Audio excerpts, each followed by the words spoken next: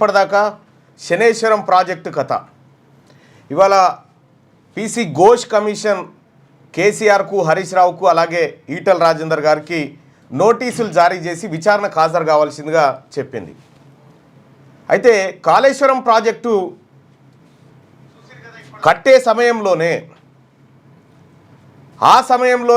తెలంగాణ ప్రజల్ని హెచ్చరిస్తూ అనేక రకాలుగా చెప్పడం జరిగింది. దాంట్లో భాగంగా శనేశ్వరం ప్రాజెక్ట్ అనేటువంటి ఒక ఎపిసోడ్ను చిత్రీకరించి ప్రజల ముందుకు తీసుకొచ్చినాం. ఆ రోజు క్యూ న్యూస్ ఏదైతే చెప్పిందో ఎగ్జాక్ట్గా అదే ఉంది ఇవాళ. కాళేశ్వరం తోటి 1 కోటి ఎకరాల మాగాణం అవుతుంది, తెలంగాణ సస్యశ్యామలం అవుతుందని గతంలో టీఆర్ఎస్ పార్టీ వాళ్ళు, ప్రస్తుత బీఆర్ఎస్ పార్టీ వాళ్ళు అనేక సార్లు చెప్పారు. నేను 1000 సార్లు చెప్పిన కాళేశ్వరం ప్రాజెక్టు మనని జాదది, మనమే కాళేశ్వరం ప్రాజెక్టును జాదాలని చెప్పిన. మొత్తం తెలంగాణ రాష్ట్రంలో వాడుతున్నటువంటి విద్యుత్లో 46% విద్యుత్ ఓన్లీ కాళేశ్వరం ప్రాజెక్టుకే. మన తాన 17,500 మెగావాట్ల స్థాపిత విద్యుత్ సామర్థ్యం ఉంటే అందులో 846 మెగావాట్లు కేవలం కాళేశ్వరం ప్రాజెక్టు కోసం వాడుతూ ఉన్నాం. సరే, ప్రాజెక్టు మూలపడ్డది, అది వ్యవహారం వేరే. కానీ అప్పుడే పుట్టినటువంటి తెలంగాణకు అప్పులు తెచ్చుకునేటువంటి అవకాశం ఎక్కువగా ఉండి విపరీతమైనటువంటి అప్పులు సేకరించి కార్పొరేషన్ల ద్వారా లోన్లు సేకరించి కాళేశ్వరం ప్రాజెక్టు కట్టి హడావిడిగా ఆగమేఘాల మీద 32,000 హెక్టార్ల భూమిని సేకరిస్తే మీకు తెలుసు మల్లన్న సాగర్లో ఎంత ప్రజలు కన్నీటి ఒలపోతలు పోసిరో. ఊర్లు ఖాళీ అయిపోయినాయి. నిన్న మొన్న ఈనాడు పేపర్లో ఆడాడ ఏది గుళ్ళు తేలిన ఈ ఫోటోలు వచ్చిండే, మీరు నీ చూసిండు. నీళ్ళు తక్కువైనాక వచ్చిండొచ్చు. ఈ కాళేశ్వరం ప్రాజెక్టు ద్వారానే అత్యంత దెబ్బ తాకింది తెలంగాణ రాష్ట్రానికి. ఈ కాళేశ్వరం ప్రాజెక్టు ఎన్ని టీఎంసీలు? 240 టీఎంసీలు ఎత్తిపోస్తుంది. అంటే 240 టీఎంసీలు నీరుని తీసుకొస్తారు. అయితే ఈ కాళేశ్వరం ప్రాజెక్టులో కూడా ఎప్పుడు ఎత్తిపోయాలి నీళ్లను? ఫ్లడ్ వచ్చినప్పుడు మాత్రమే ఎత్తిపోయాలి. వరదలు వచ్చినప్పుడు, ఫ్లడ్ వచ్చినప్పుడు గ్రావిటీ వాటర్ మాత్రమే తీసుకోవాలా. అక్కడే ఆగి ఉన్నటువంటి నీళ్ళని తీసుకోనికి లేదు.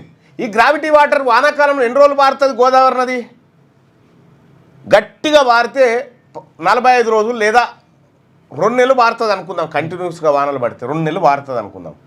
2 నెలలు వారినా కూడా మన తాన లిఫ్ట్ చేసేటువంటి సామర్థ్యం ఉన్నటువంటి పంపులు ఎన్ని? రోజుకు 2 టీఎంసీలు. రోజుకు 2 టీఎంసీలు అయితే మనం 2 నెలల్లో ఎన్ని ఎత్తగలుగుతాం?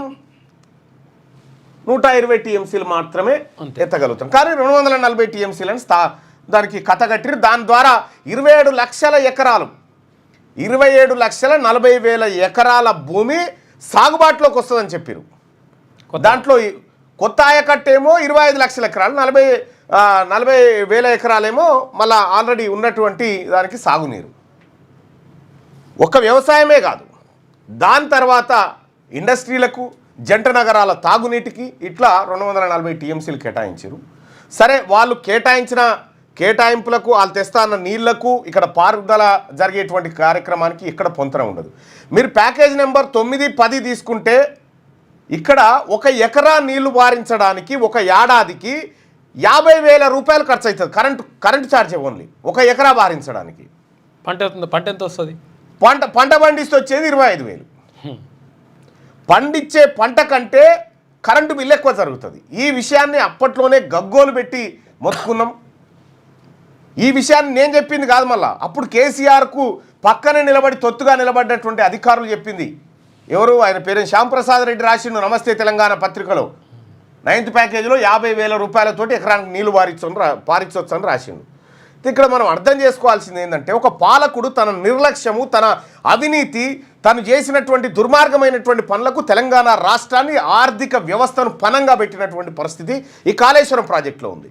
2016లో ఈ ప్రాజెక్టు ప్రారంభించే నాటికి నేనే, అప్పుడు ఈ యూట్యూబ్ ఛానల్ లేదు, ఫేస్బుక్ లైవ్ పెట్టుకొని అక్కడ ఆ ప్రాజెక్టుకు సంబంధించి నాకు తెలిసి ఇక్కడ ఉంటుంది అనుకుంటా, అభివృద్ధిని అడ్డుకుంటున్నారు, ప్రాజెక్టులు కడితే వద్దంటున్నారు అనేటువంటి మాట ఆ రోజు చెప్పారు.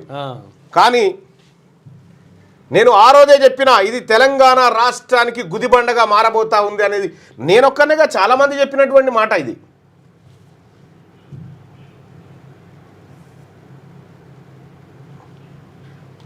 ఇగో కాళేశ్వరం నిర్మాణ కథ ఇది.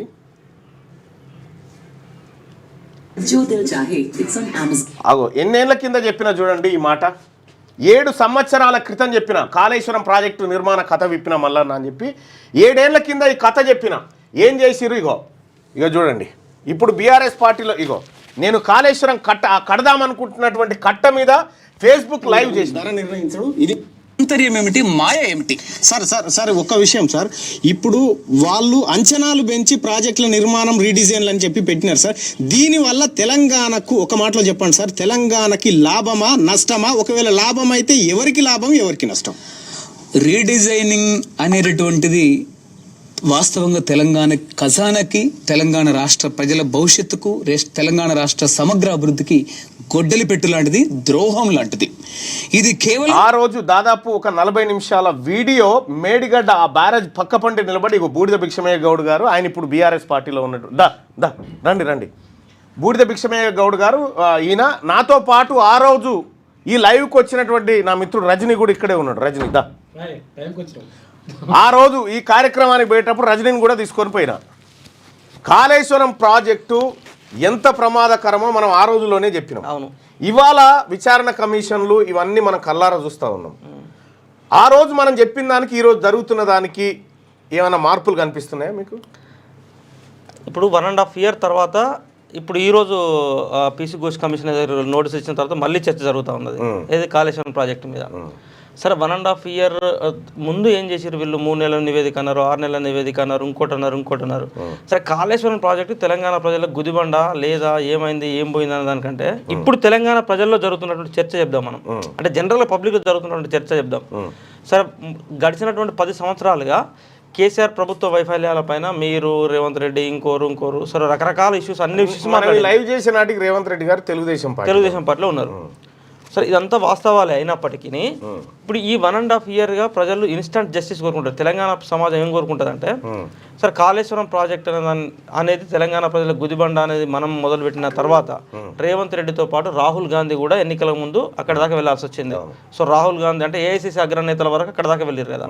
సో ప్రభుత్వం ఏర్పడిన తొలినాళ్లలోనే ఎట్లా అది గుదిబండగా మారింది అనేది ఎక్స్ప్లెయిన్ చేస్తూ దాని ప్రత్యామ్నాయం ఏంది అనేది తెలంగాణ ప్రజలు చూపించాల్సిన అవసరం ఉంటుండే తెలంగాణ రాష్ట్ర ప్రభుత్వం. సో 1.5 year తర్వాత కూడా ఈ రోజు వరకు మేడిగడ్డకు కాళేశ్వరం ప్రాజెక్టుకు ప్రత్యామ్నాయం ఏంటి అనేది ఇప్పటిదాకా చూపెట్టడం లేదు. సో మీరు ఏం చేసారు ఆ రోజు? మనం ఏం చేసినాం అంటే తెలంగాణకు ఈ మేడిగడ్డ బ్యారేజ్ కంటే ప్రత్యామ్నాయం ఏంటంటే ప్రాణహిత అన్నం. సో ప్రాణహిత ద్వారా వెనుగంగా ఇవన్నీ చెప్పుకున్నాం. ప్రాణహిత ద్వారా నీళ్ళు తీసుకొచ్చేయండి మనకి ఈ డబ్బులన్నీ కూడా మిగులుతాయి. కేసీఆర్ రివర్స్ పంపింగ్ ద్వారా తిరిగి మళ్ళీ ప్రాణహితకు మళ్ళీ గోదావరిలో నీళ్ళు వేయడం ద్వారా డబ్బులన్నీ కూడా వృధా అవుతున్నాయి అనేది మేజర్గా జరిగినటువంటి ప్రచారం. సో దాంతోపాటు ఈ కుంగుబాటు, బ్యారేజ్లకు వాళ్ళ పిల్లలు కుంగిపోవడం ఇదంతా ప్రాసెస్. కానీ ఇప్పటిదాకా ప్రాణహితకు సంబంధించిన ప్రాసెస్ మొదలుపెట్టారు రేవంత్ రెడ్డి అండ్ గవర్నమెంట్. తమ్మిడెట్టి కడతాం అనేటువంటి చర్చ చేశారు, చర్చ మొదలు పెట్టారు ఇప్పటిదాకా పెట్టలేదు. సో ఎంతసేపు కూడా ఈ గవర్నమెంట్ ఏం చర్చ చేస్తా ఉన్నది? ఎస్ఎల్బీసీ అంటారు, పాలమూరు ఎత్తిపోతలు అంటాడు. రేవంత్ రెడ్డి పాలమూరు పోయి నా పాలమూరు ప్రాజెక్టులకు అన్యాయం చేసింది కేసీఆర్ అంటాడు. కోమటిరెడ్డి వెంకరెడ్డి, ఉత్తమ్ కుమార్ రెడ్డి వచ్చేసి ఎస్ఎల్బీసీ అని మాట్లాడతారు. సో కేసీఆర్ కాళేశ్వరం యొక్క ప్రియాటిని, సో కాళేశ్వరం ద్వారానే తెలంగాణ సస్యశ్యామలం అవుతుంది, 1 కోటి ఎకరాల మాగాణం అవుతుంది అని ఏదైతే కేసీఆర్ చెప్పిండో, సో దానికి ప్రత్యామ్నాయం వీళ్ళని చెప్పేసి ప్రచారం చేస్తుండే తప్ప అసలు కాళేశ్వరం ప్రాజెక్టు అనేది సరే ఏం జరిగింది, ఏం పోయింది, ప్రాజెక్టులు కుంగినాయా, ప్రాజెక్టుల వల్ల ప్రజలకు నష్టం జరిగిందా, లాభం జరిగిందా అని పక్కకు పెడితే తెలంగాణ ప్రజలకు ఈ వేసవి కాలంలో ఇప్పుడు ఉదాహరణకు మనం మే నెలలో ఉన్నాము. సో మే నెలలో ఉన్నటువంటి చెరువులు, కుంటలన్నీ కూడా ఏ ప్రాజెక్టు ద్వారా కూడా నీళ్ళు కనబడ్డాయి కేసీఆర్ ముఖ్యమంత్రి ఉన్నప్పుడు. రేవంత్ రెడ్డి ముఖ్యమంత్రి అయిన తర్వాత నీళ్ళు కనబడతలేవు ప్రజలకు. ఎందుకు కనబడతలేవు? ప్రత్యామ్నాయం ఎక్కడ పోయింది మీది? సో ఎప్పుడైతే కాళేశ్వరం తెలంగాణ ప్రజలకు గుదిబండగా మారిందని మీరు చెప్పి అధికారంలోకి వచ్చిన తర్వాత దాని ప్రత్యామ్నాయం ఏందో చూపెట్టాల్సిన అవసరం ఉంటుండే. ఇవాళ రేవంత్ రెడ్డి సర్కార్ కానీ ఇంకోరు కానీ ఇలా ఇచ్చినటువంటి కమిషన్లు కానీ కేసీఆర్ నోటీసులు పంపించిన తర్వాత కాళేశ్వరం మీద చర్చలు చేయడం కాదు. ఇక దీన్ని పట్టించుకుంటారు పబ్లిక్ కాళేశ్వరం మీద, కేసీఆర్ మీద నెగిటివ్ చర్చను పట్టించుకోవడం లేదు. ఇది గ్రౌండ్లో జరుగుతున్న రియాలిటీ. ఎందుకు అంటే తెలంగాణ సమాజానికి ఒక చూపు ఉంటుంది ఎప్పుడైనా కూడా. గడిచినటువంటి 40 సంవత్సరాలుగా తెలంగాణ గడ్డ మీద మావోయిస్టులో నక్సలైట్లో అలాంటి పార్టీలను చూసినటువంటి సమాజం. సో ఎందుకు అక్కడ ఆ పార్టీలను ఆదరించారన్నప్పుడు పబ్లిక్ జస్ట్ ఇన్స్టంట్ జస్టిస్ కోరుకుంటారు ఇక్కడ పబ్లిక్. సో నీకు చట్టం ఏం చెప్తుంది, సెక్షన్ ఏం చెప్తుంది, సెక్షన్లు, చట్టాలు, కమిషన్లు, దాని ప్రకారంగా ప్రూవ్ చేసి మనం శిక్షలు వేయాలంటే ఇది తెలంగాణ సమాజం యాక్సెప్టెన్స్ చేయదు. సో ఆ రోజు పార్టీలు ఎందుకు యాక్సెప్ట్ చేశారంటే జస్ట్ ఎగ్జాంపుల్ చెప్తాం నాకు. ఇప్పుడు ఉదాహరణకు మన చట్టంలో ఏముంటుందంటే భార్యాభర్తలకు సంబంధించిన ఇష్యూ వస్తే పోలీస్ స్టేషన్ పోవాలా, సో భర్త అంటాడు తప్పు చేస్తాను కేసు పెట్టాలా, పోలీసు విచారణ చేయాలా, మన కేసు కట్టాలా, దాని రిమాండ్ పంపాలా, ఆ తర్వాత రిమాండ్ తర్వాత బయటికి రావాలా, ఆ తర్వాత కోర్టు దానికి ప్రాసెస్ క్రియేట్ చేస్తుంది, ఆ తర్వాత ప్రాసెస్ క్రియేట్ చేసిన తర్వాత ఆ విచారణ ఎదుర్కోవాలా, ఆ విచారణ పూర్తి వరకు 6-7 ఏళ్ళు అవుతుంది, ఆ తర్వాత వీళ్ళు తప్పు చేసినట్టు ఏదైనా శిక్షలు పడతాయి, లేకపోతే వదిలేస్తారు. సో ఈ లోపల మన సంసారం పడి చేయాలి, పిల్లల వాళ్ళు కనాలి, దీని మన కుటుంబం ఎట్లా జరగాలి, చట్టంలో ఉన్నటువంటి లోటుపాట్లు. సో అదే నక్సలైట్లు ఏం చేసేది, అదే సమస్య నక్సలైట్ దగ్గర పట్టుకొని పోయారు అనుకో, అప్పటికప్పుడే అరే బోసుడికే ఆ పోరుని ఎందుకు తానవరా అని వారిని వాళ్ళు తనుడు, అత్తమ్మ తప్పేసి తోలు తిత్త బిడ్డ ఆ పోరికి ఏమైనా జరుగుతుందని బెదిరించి ఆ కాపురం పంపించి దాని పిల్లలు పుట్టిన తర్వాత సంవత్సరం నిలబడి వ్యవహారం చక్కగా జరిగిపోయారు. సో ఇది నక్సలైట్లు చేసిన కాబట్టి ప్రజల ఆధారం దొరికింది. ఇది చట్టం చేసింది కాబట్టి చట్టం పైన ప్రజలకు ఎందుకు విశ్వాసం ఉండట్లేదు అంటే లోటుపాట్లు. ఏది బెటర్ అంటావు? నక్సలైట్లు చేసినా కరెక్ట్. సో ఇప్పుడు అప్పటి వాళ్ళ కాదు, వాళ్ళ కాపురం ఎట్లా, ఇప్పుడు 7 సంవత్సరాలు నువ్వు చట్టంలో టైం పాస్ చేస్తే అప్పటిదా కాపురం ఎట్లా జరగాల, పొల్లకి ఎట్లా జరగాల, వయసు అయిపోయా. మా తిన్మార్మల్ టీం రాష్ట్ర అధ్యక్షుడు రజనీ చెప్తున్నటువంటి మాట ఏంటంటే, ప్రజలారా ఏది పాలకులకు చెప్తా ఉన్నాడు, కమిషన్లకు చెప్తా ఉన్నాడు, ఈ కాలయాపన కమిషన్ల ద్వారా కాదు, ఈ ప్రజలు దీని గురించి పెద్దగా ఆలోచిస్తలేరు, ఇన్స్టాంట్ జస్టిస్ గురించి ఆలోచించారు. ఇప్పుడు సరే మనం అధికారంలోకి రాకముందుకు 190 చెప్పినాం, 16 నెలలు గడిచిపోయింది, ఇప్పటి వరకు కేసీఆర్ను ఫామ్ హౌస్లకి ప్రభుత్వమై బయటికి తీసుకొచ్చిన సందర్భాలు లేవు. ఆయనంతా ఆయన బయట పెడితే తప్ప కాదు అంతే. కాబట్టి ఈ కమిషన్ ఎంక్వైరీ ద్వారా ఇప్పుడు మళ్ళీ ఆయన ఏం చేస్తాడు, కేసీఆర్ ముందు ఉన్నటువంటి ఆప్షన్ ఏంది, కేసీఆర్ గారు కానీ కేటీఆర్ గారు కానీ వీళ్ళందరూ కూడా మళ్ళీ కోర్టుకు పోయి ఈ కమిషన్ మమ్మల్ని ఇబ్బంది పెట్టాలని చూస్తూ ఉంది, ఇది రాజకీయ కక్ష సాధింపు, కాబట్టి మా హాజరుని నివారించండి అని చెప్పి కోర్టుకు పోతారు. ఇక్కడ హైకోర్టుకు పోతే హైకోర్టు, తర్వాత డబుల్ బెంచ్, ఆ తర్వాత సుప్రీంకోర్టు, ఆ తర్వాత ఉన్నత ధర్మాసనం, ఈ కార్యక్రమాలన్నీ అయిపోయే వరకలా ఇమాన్షు ముఖ్యమంత్రి రేసులోకి వస్తారు. ఇది జరిగేటువంటి కార్యక్రమం. అయితే విషయం ఏంటంటే ఇన్స్టాంట్ జస్టిస్ను కోరుకుంటా ఉన్నారు అనేది రజనీ చెప్తున్నటువంటి మాట. సో ఇన్స్టాంట్ జస్టిస్ ఎట్లా ఉండాలి అని అంటే, మావోయిస్టులు కనుక ఏదైతే ఆ ఫార్ములాను అప్పటికప్పుడు మన ఈ దోమలు కొట్టే బ్యాట్ ఉంటుంది కదా, ఇట్లా బట్టగానే చిక్కుమంటా చూడు, అగో ఆ పరిస్థితి కావాలని చెప్పి చెప్తా ఉన్నారు. నిజంగా ఆ పరిస్థితి ఉంటుందా అంటే రాజకీయాల్లో ఆ పరిస్థితులు ఉండవు. ఎందుకు ఉండవు అంటే, యువతలాయన కూడా అదే కేటగిరీ కదా, యువతలాయన కూడా అదే కేటగిరీ, అంతకుముందు ఆయన అదే కేటగిరీ, రేపు వచ్చి ఆయన కూడా అదే కేటగిరీ, బ్యాచ్ అంతా ఒకటే. నీ భావోద్రేగాన్ని చల్లబరచడం కోసం వాళ్ళు మీకు ఒక్కటే మాట చెప్తా, గుర్తుపెట్టుకొని ఒక చిన్న కథ చెప్తా. ఒక పిల్లగాడు తప్పు చేసిండు, తప్పు చేసి ఒక పేద పిల్లను అత్యాచార యత్నం చేస్తే ఊళ్ళో పెద్ద మనుషులు ఉంటారు కదా, ఊళ్ళో పెద్ద మనుషులు అందరు కూర్చొని పంచాయతీ పెట్టరు, ఆ పోరని నడిమిట్లా కూర్చొని పెట్టరు. పోరని అయ్యా తెలివి కల్లోడు, ఆ పంచాయతీ జరుగుతూ ఉంటే పోరగాని వాళ్ళు అయ్యా అంత దూరంకెళ్ళి వీళ్ళందరూ చూస్తున్నాం ఉరుకొస్తుంటాడు, కోపం మీద ఉరుకొచ్చి వాళ్ళ కొడుకును పటా పటా పటా పటా రెండేస్తాడు. రెండేగానే పెద్ద మనుషులు అంతా ఊక సాగు కొడతావా పోరని, ఇక అయిపోయింది అట్లా ఏగ్రాయిగా. అరే ఇప్పుడు వీళ్ళేం చెప్తారు, ఈ పెద్ద మనుషులు చూసిరు కదా, వాళ్ళ అయ్యనే తొక్కి చంపేవాళ్ళు, ఇక మనం ఏమంటామా ఎక్కడిదక్కడ అయిపోయింది పోరని వెళ్ళిపోతారు అన్నట్టు. అంటే తన కొడుకును రక్షించడానికి ఉగ్ర నరసింహ అవతారం ఎత్తింది వాళ్ళ అయ్య, ఆడ రక్షించడానికి చేసినటువంటి కార్యక్రమం. సో ఇవన్నీ కూడా దాదాపుగా దీని చుట్టే తిరుగుతూ ఉంటే ప్రజలారా అది గమనించండి. ఇప్పుడు దీని మీద మీ మీద ఒక ఎలిగేషన్ అది చెప్పు మీ మీద ఉన్నట్టు చెప్పండి కదా, కాళేశ్వరం ప్రాజెక్టు పనికిరాదు అని ప్రచారం చేసి తీర్మానం ఎమ్మెల్సీ అయ్యిండు, రేవంత్ రెడ్డి ముఖ్యమంత్రి అయ్యిండు, కేసీఆర్ అయ్యేది లేదు పోయేది లేదు భయ్, వీళ్ళు గిట్టనే మొత్తుకున్నారు, 10 ఏళ్ళ పాటు మొత్తుకున్నారు, ప్రత్యామ్నాయం చూపెట్టలేదు, వీళ్ళకి మాత్రం పదవులు సంపాదించుకున్నారు అనేటువంటి చర్చ నడుస్తూ ఉన్నది. ఇంకా ఒకటి, తిన్మార్ మల్లన్న గెలిచిండు అని అంటే మీరు మీ టీము తర్వాత ప్రజలు మీరు అందరూ కలిసి చేసినటువంటి కార్యక్రమం.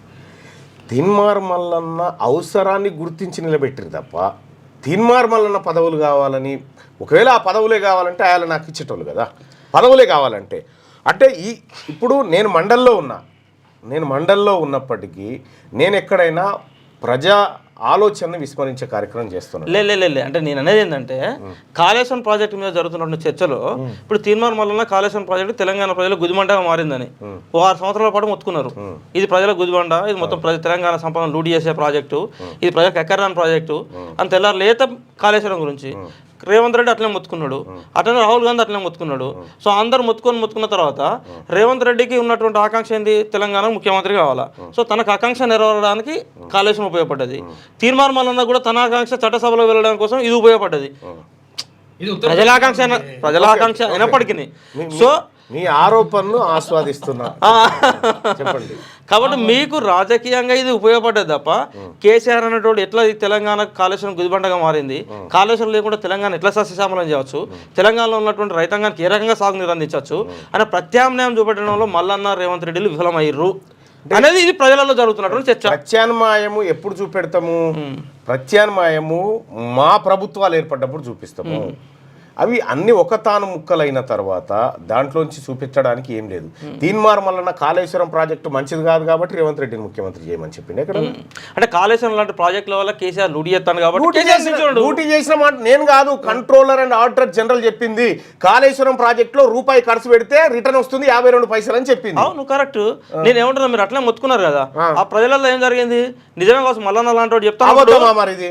అబద్ధమా? మరి మీ కమిషన్ తెలుసు ఏది మీ కమిషన్ ఇప్పుడు మా కమిషన్ మీద మీరు ఆరోపణ చేస్తా ఉన్నారు. తెలంగాణ ప్రజల ముందు పెట్టాలి కదా. ఎవరు 18 నెలలు అయితే కేసీఆర్ విలువరు అనుకుంటారా? నాకు తెలియదు. కేసీఆర్ రాడనుకుంటున్నావా కమిషన్ ముంగటికి? ఇప్పుడు మనం ఉన్నాం కదా, హిమాంశు ముఖ్యమంత్రి అయినాక వస్తాడు. అంటే విషయం ఏంటంటే ప్రజలారా అర్థం చేసుకోవాల్సింది, ఈ కమిషన్ నిజంగా కేసీఆర్ అనేటువంటి ఒక ఏది ఓ 10 సంవత్సరాలు రాష్ట్రాన్ని తన గుప్పిట్లో పెట్టుకొని చక్రం తిప్పినటువంటి ఒక శాల్తీని ఫామ్ హౌస్లకి బయటికి తీసుకురాగల శక్తి ఆ కమిషన్కు ఉందా? ఇప్పటికే నవ్వుల పాలైంది కమిషన్. అంటే నేను ఎందుకంటే ఒక కమిషన్ ఏమో ఆల్రెడీ సుప్రీంకోర్టు హైకోర్టు ఈ కమిషన్ అనేది నివేదిక ఇవ్వకుండా ఆల్రెడీ దోషినట్లు నిర్ధారణ తీసిపారేసింది ఒక ఆయనను. తర్వాత ఇంకో కొత్త ఆయన వేసారు. ఆయన ఇప్పటికి 7 సార్లు 8 సార్లు దానికి సంబంధించిన గడువు పెంచుకుంటూ వేరు. 8 సార్లు గడువు పెంచారు, 9వ సారి గడువు పెరుగుతుంది, 10వ సారి గడువు పెరుగుతా ఉన్నది తప్ప అంతిమంగా ఏందా రిపోర్ట్ అనేది బయటికి రావట్లేదు. ఒకటైతే 400 పేజీల రిపోర్ట్ ఏదో తయారైపోయింది అనేటువంటి ఇవన్నీ కూడా ఇప్పుడు నేను ఏమంటున్నా, అధికారికంగా వాళ్ళు బయటికి ఇవ్వకుండా కమిషన్ అంటే వాళ్ళు రిటైర్డ్ జడ్జిల నేతృత్వంలో వేసినటువంటి కమిషన్లు కాబట్టి వాళ్ళ మీద మనం ఆరోపణలు చేయడం, వాళ్ళ నివేదికల మీద కామెంట్ చేయడం దానికంటే సో వాళ్ళకు ఉన్నటువంటి విశ్వసనీయత ఏందనేది వాళ్ళు ప్రూవ్ చేసుకోవాల్సిన అవసరం ఉన్నది. ఇప్పుడు జనరల్గా ఎట్లుంటా ఉంటుంది అంటే మనం ఒక ఇష్యూని మీరు బాగా గుర్తుపెట్టుకోండి, విశ్వసనీయత ప్రజలలో కానీ విశ్వసనీయత ఉన్నటువంటి వాళ్ళు మాట్లాడినటువంటి మాటకు విలువ ఎక్కువ ఉంటుంది. విశ్వసనీయత కోల్పోయిన వాళ్ళు మాట్లాడిన మాటకు ఆ నివేదికకు విలువ తక్కువ ఉంటుంది. ఇప్పుడు రేవంత్ రెడ్డి సర్కార్ పైన గవర్నమెంట్ ఏర్పడ్డ 6 నెలల్లో ఒక విశ్వసనీయత ఉంది ప్రజలకు. రేవంత్ రెడ్డి ఏదో చేసి పెడతాడు ప్రజలకు అన్నటువంటి విశ్వాసం ప్రజలలో ఉండే. ఆ రోజులలో కనుక ఆ నివేదికను బయటకు తెప్పించి కేసీఆర్ను, హరీష్ రావును అండ్ ఈటల రాజేందర్ను ఇప్పుడు ఇచ్చిన నోటీస్ ఇచ్చిన వాళ్ళందరూ కూడా వీళ్ళు చేసిన ఈ తప్పు వల్ల తెలంగాణ ప్రజలకు ఈ లూటీ జరిగింది, ఈ లూటీ వల్ల మేము ఈ పథకాలు అమలు చేయలేకపోతున్నాం ప్రజలు విశ్వసించేటోళ్ళు. ఇలా నువ్వు అన్ని ఇంత సమయాన్ని అంతా కాలగర్భంలో కల్పించి ఆయనకు అంత గొప్పగా అడ్వైజ్ చేసే వాళ్ళు లేకపోవచ్చు. మేబీ ఒకటి ఇక్కడ మనం ఇప్పుడు మీరు చెప్పినటువంటి మాట, ఇప్పుడు దాంట్లో పబ్లిక్ కామెంట్ చేస్తున్నారు, రజనీ మీరు సూపర్గా చెప్తున్నారు ఇదే మాట. నిజంగా ఈ కమిషన్ ద్వారా కాళేశ్వరంలో అవినీతికి పాల్పడ్డ వాళ్ళు జైలుకు పోతారని అనుకుంటున్నారు. అస్సలు జరగదు. ఒకసారి పబ్లిక్ని అడుగుదాం ఇదే మాట.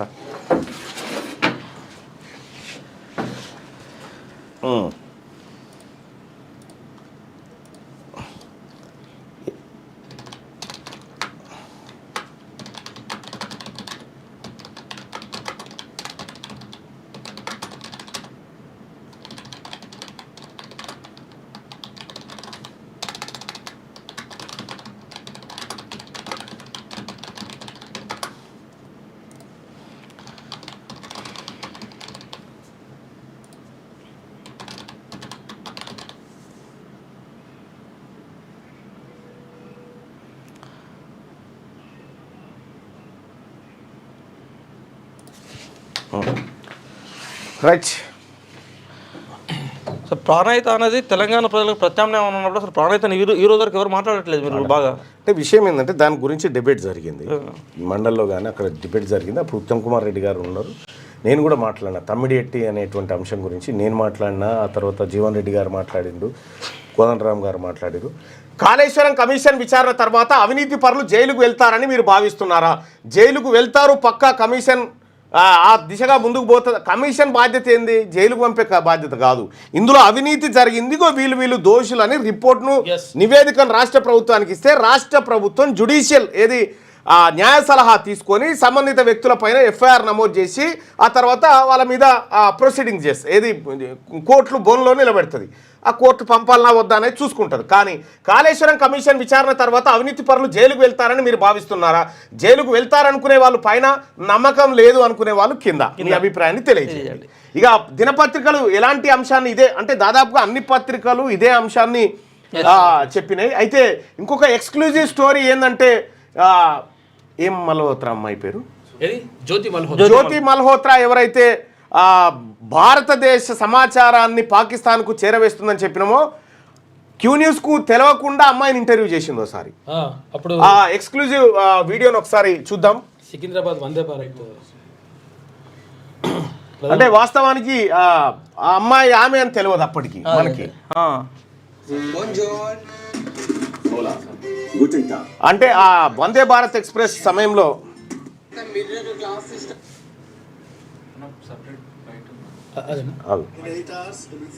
సపరేట్ బయట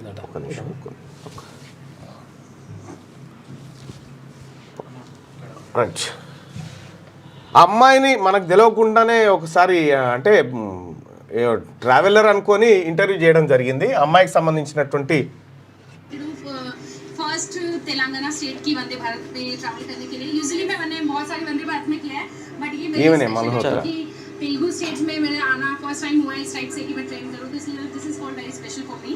आप इसमें ट्रैवल करने के लिए आए क्या? स्पेशल मैं दिल्ली से आई हूँ on the way to train journey. Train हमारी 12 घंटे लेट थी तो बहुत मतलब अनएक्सपेक्टेड था 12 घंटे दुरंतो में बट स्टिल इस ट्रेन के लिए स्पेशल है हमारा ये ट्रैवल. इससे पहले आपका एक्सपीरियंस है ना वंदे भारत एक्सप्रेस का, वो एक्सपीरियंस कैसा था? बहुत अच्छा था बट ये थोड़ी सी ज़्यादा अच्छी है स्पेशली इसके एग्जीक्यूटिव कोच के जो रेड वेलवेट की सीट्स है ना, रेड वेलवेट केक की तरह लग रही है वो.